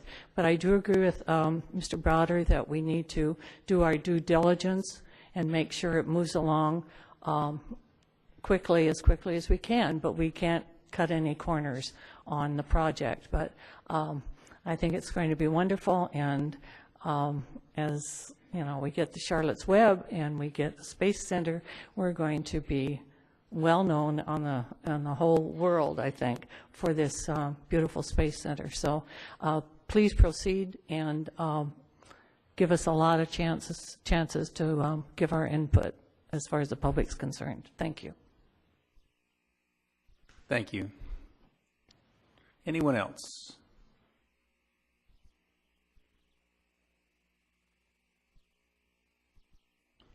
Mayor, City Council, I'm Will Schuyler. I live in Lompoc. I had the privilege and honor of sitting on the City Council when the Spaceport Museum made a presentation on their project up there and envisioned building the project. And I was very, very supportive of that. There were members of the community that were going to support it either with labor or materials and stuff. And it really, I thought, was really going to happen.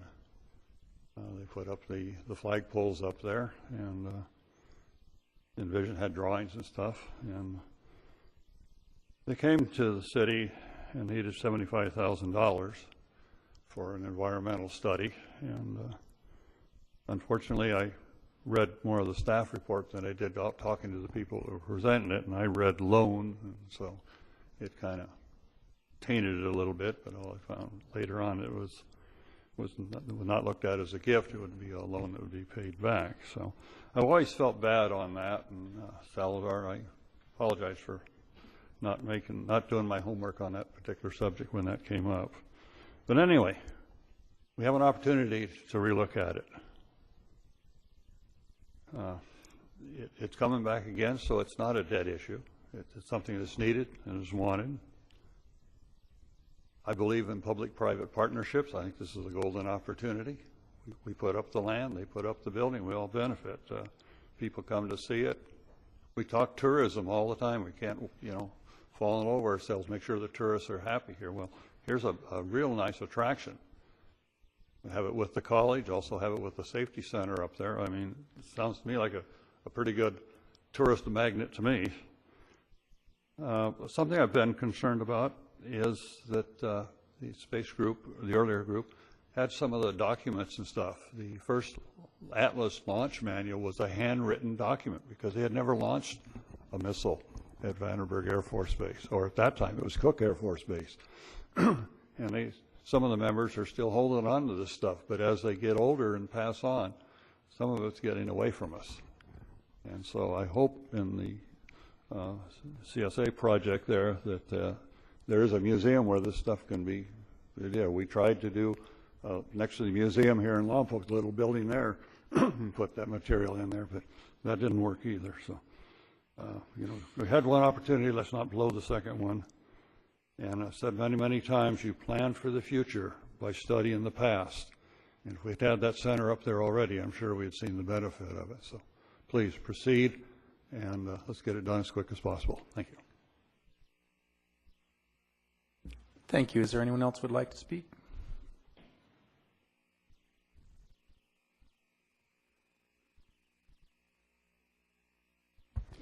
Good evening, Mayor, City Council, Joyce Howerton, Lompoc. I just wanted to clarify a point that Mr. Dixon brought up a few minutes ago. It's true that the original agreement on that property that he and Andrew Salazar worked on specified that it had to be a space museum. But sadly enough, that agreement actually ran out, and the property reverted back to the federal government. And it was with the work of Congressman Walter Capps that we were able to get that property back. And at that time, we rewrote the deed.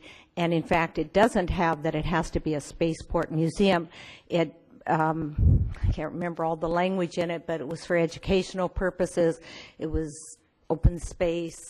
So I think that's really important to know. Having said that, I've followed the work that Andrea and Janice have done, and the rest of all you guys.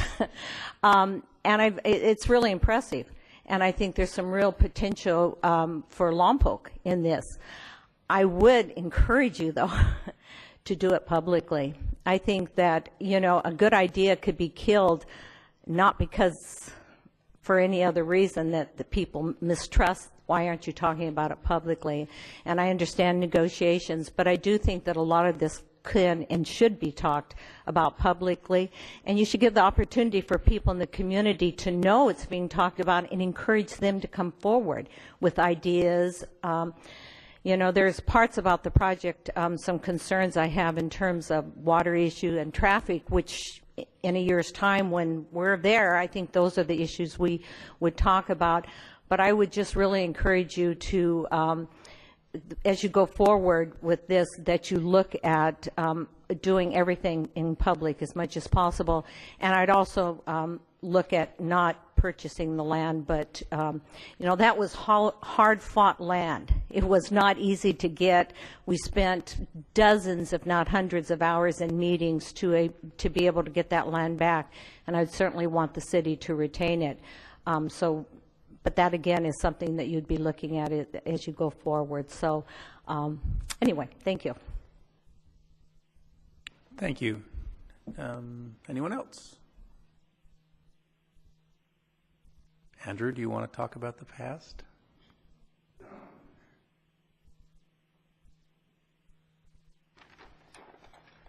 I wasn't going to, Mr. Mayor, but I will add a couple of comments if I may. I'm Andrew Salazar, for those of you who don't know me personally. I was sitting behind one of those seats there, 1980. In 1981, this whole idea of a complex like is being proposed today, 1981.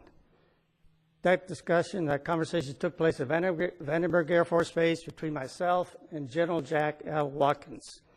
He had proposed to put a center, a museum or visitor center, something like they're proposing today, at Vandenberg. I happened to have advocated for the city of Lompoc, and I said, no, I think a better idea is to put that complex in Lompoc so we can have the economic benefit of the complex like they're proposing right now. And that's very important. It's vital. 1982, more or less around that time, with the current council that was then present, Councilman Bedford was part of that council at that time, myself. We actually convinced the Bureau of Prisons to release 145 acres. It took us convincing the Department of the Army, a committee chairman that was responsible for allocating real estate, and Gene Waller, then city administrator, and I testified before the Congress, and were able to convince them to, in fact, grant 145 acres to the city for the specific purpose, if I recall correctly, in the language of the grant deed, to build a space museum and science center and/or educational facilities thereof. So everything that's being proposed today is within the framework of that original grant deed. Following that, there was a second effort to acquire additional land. And as far as I know, the original 145 acres never reverted back to the federal government. I do know that with the help of Congressman Capps at the time and Gene Waller's efforts, the then President Council, we did in fact acquire additional property. That combined property was in fact allocated to what is now Allen Hancock campus. The original dream, for those of you who may not have been participants at that time, was in fact realized to some extent by the presence of Allen Hancock campus. For those of you who were here at the time, Allen Hancock campus used to bounce all over the city. I personally took 2 representatives from Hancock with me, one being a trustee. Gave them a tour of the place and said, how would you like to build a permanent campus for Allen Hancock?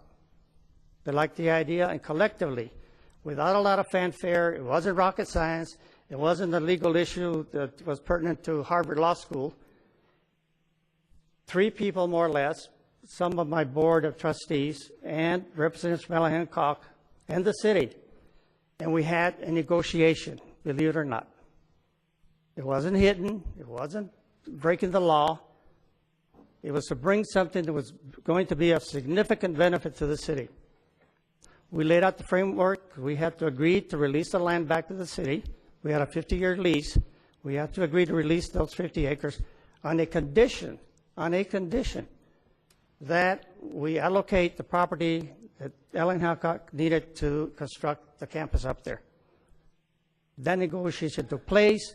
It was formalized. We have agreements. We signed agreements back between the city and us and Allen Hancock at the same time, to include, incidentally, that any parking facility or infrastructure within Allen Hancock would in fact be made available, and that was a condition for the release of land to Allen Hancock. That parking would be made available to our project, which can now, I assume, can actually be part of whatever agreement you form. But it took people with understanding and vision and a commitment to do something that's good for this community, and it was done. Following that came the proposal and the agreement to develop the police academy and fire academy up there. What a great opportunity. It's awesome. Now you have a third leg to this project. Again, it doesn't take a lot of deliberation. It doesn't take a lot of thinking, per se, to appreciate how good this opportunity is, and I urge you to move forward and do without haste. Thank you. Does anyone else would like to speak? One more council member from the day.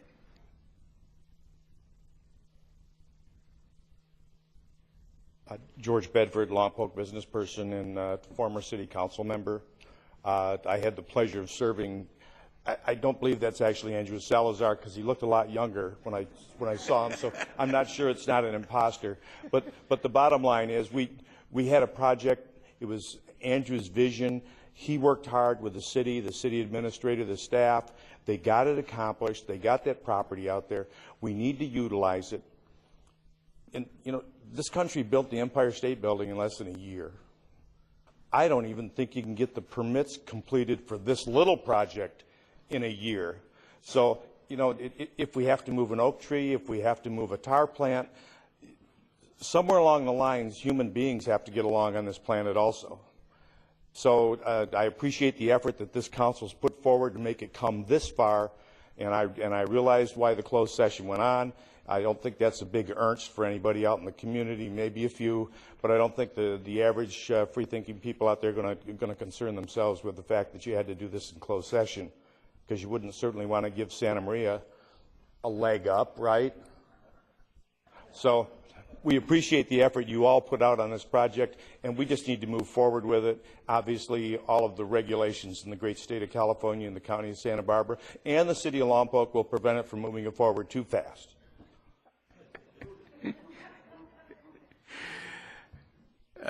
Thank you, Mr. Bedford. Is there anyone else who would like to speak to the council? Last chance. Going, gone. Okay, we'll come back to council for discussion. City Attorney, could you address a couple of Mrs. Keller's concerns, perhaps? This project will have to comply with all of the city's zoning and general plan requirements. There may be some zoning amendments that are necessary for the property to be used. That will have to be done in public meetings with public notice. All of the actions that the city takes to finalize this will have to be done in a public meeting. There was no violation of the Brown Act that occurred in the process to date, and I don't anticipate any Brown Act violations in the future. The language in the negotiation, the exclusive negotiation agreement, specifically says and makes clear that the city has made no commitment to sell or lease property, has made no commitment to approve this project or not approve this project. What it does is it says to the California Space Authority that the city won't talk to anyone else about the potential development of the 82 acres that the city owns and the potential 14 acres next door that the Federal Bureau of Prison owns. Was there something else that you wanted me to address that I missed?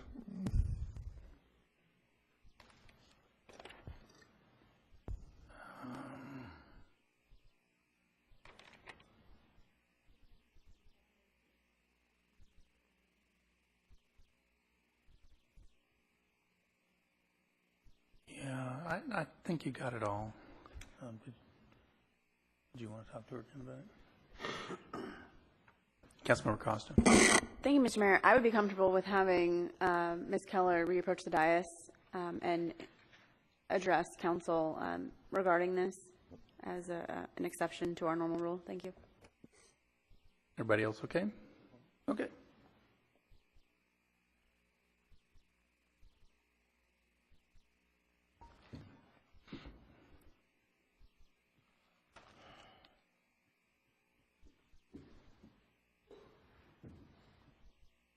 Thank you, Councilmember Costa and the rest of the council. The first concern was about the exhibit that's attached to your agreement. Because I don't think if what you were doing in closed session is negotiating for the area adjacent to Ken Adam Park, then your exhibit should reflect that. If this is going to be part of your agreement, it should reflect what you're talking about. If the proposal is to include Ken Adam Park, then you need to change what you're doing in closed session to mention that, because adjacent and included are two different things. That was one of my concerns. I don't think your exhibit's accurate. In the agreement itself, the as a whereas clause, which actually is kind of introductory and actually not necessarily part of the agreement, that's where you say that you acknowledge and agree that no commitments have been made in relation to this. It's not part of the body of the document. And then later on in the document, on page 4, paragraph G, it says that the city's very interested in pursuing. So if no agreement or commitment's been made, how can you be very much in favor of pursuing? So that was one of the comments I made. One of the other comments, of course, I didn't get to make all the ones I had in here, but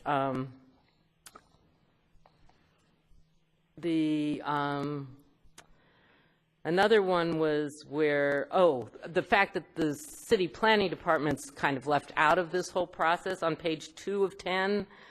The master plan is going to be submitted to the city administrator. Now, I can assume that it's going to then go to planning and go through the planning process, but the submission here is to the city administrator and not to the planning department, which would be the normal way of a proposal to be presented.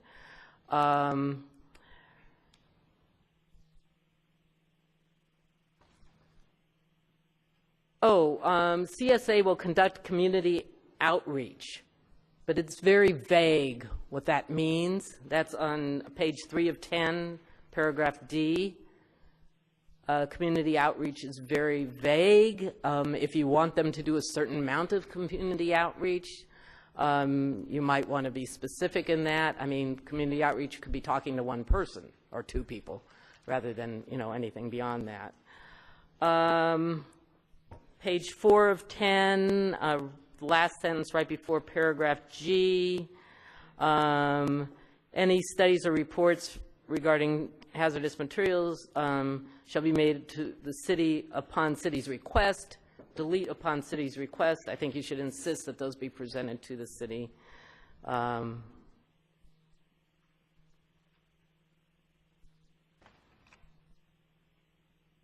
then the city is not responsible for costs. However, obviously some costs have already been incurred, and I heard something about $2,000 being given over earlier, and I don't know if that was the previous project or the current one. Page, this is one I didn't mention before, but since page 5 of 10, paragraph L, it says officer, city of employee, or city. And I'm not sure if that was intended. It's done twice in that same paragraph. I had a question, which it's also on page 5, number 4. City and CSA shall meet regularly with each other. And my question was, are those going to be public meetings? Are those going to be noticed meetings? Are those just going to be behind-the-scene meeting? The city is vague there unless you mean the city administrator is going to be doing this, and I think the public has a right to know.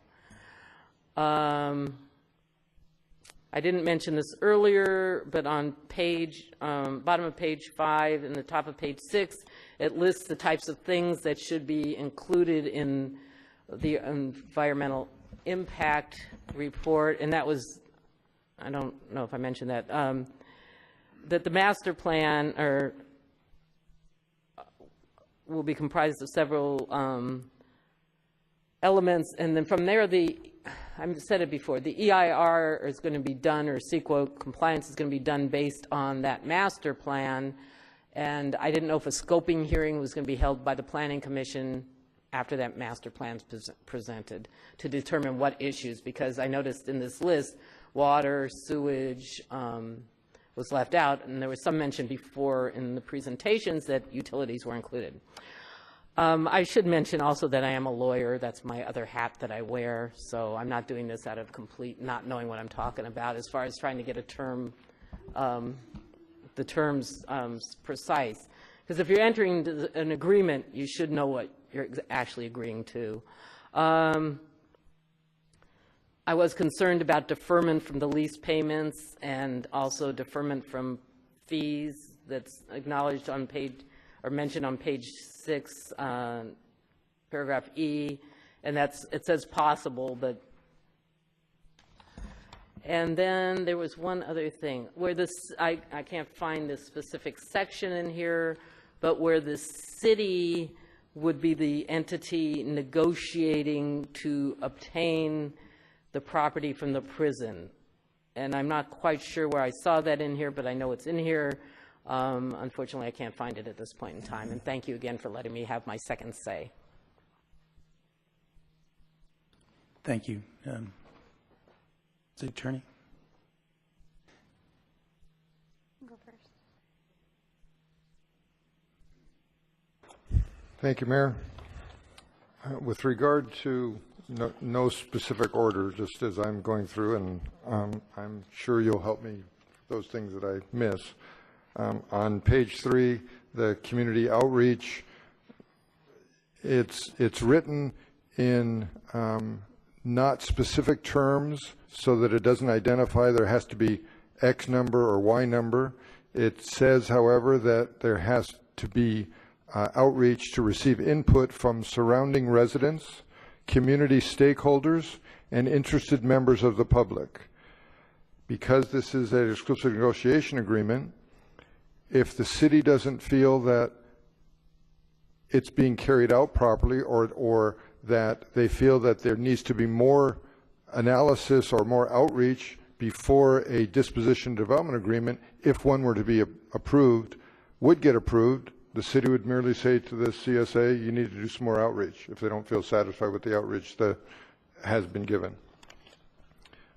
With regard to the issue that there's a statement in the paragraph on page 4 that says the hazardous materials analysis that CSA may do has to be given to the city, but only upon the city's request.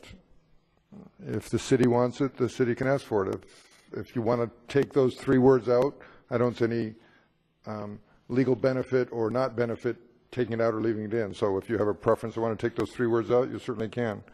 With regard to the issue of the city being required to actually be the party that's going to acquire property, if the language that was being that the concern is about is paragraph G on page 4, that isn't what that language says. What the language says is, before the city could take any action, it's not saying the city will or the city is obligated to, it's identifying the requirements that the city is under, that before any kind of action can be taken, there are certain processes that have to go through. So it was laying out the acquisition process.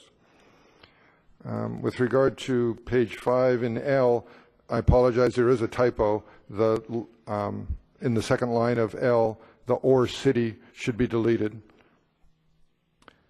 With regard to a request that negotiations be done in public, because there was a reference to the opening phrase on, again, page 5, paragraph 4, that's certainly an option that the city has.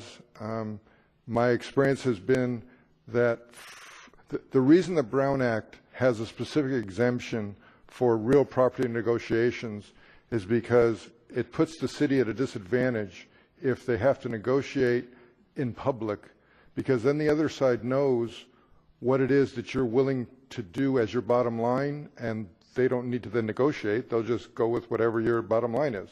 So it's an opportunity to give the city some flexibility, and that's why the Brown Act has the real property negotiation exception. If the council wants to do it in public, you certainly have the authority to do it in public.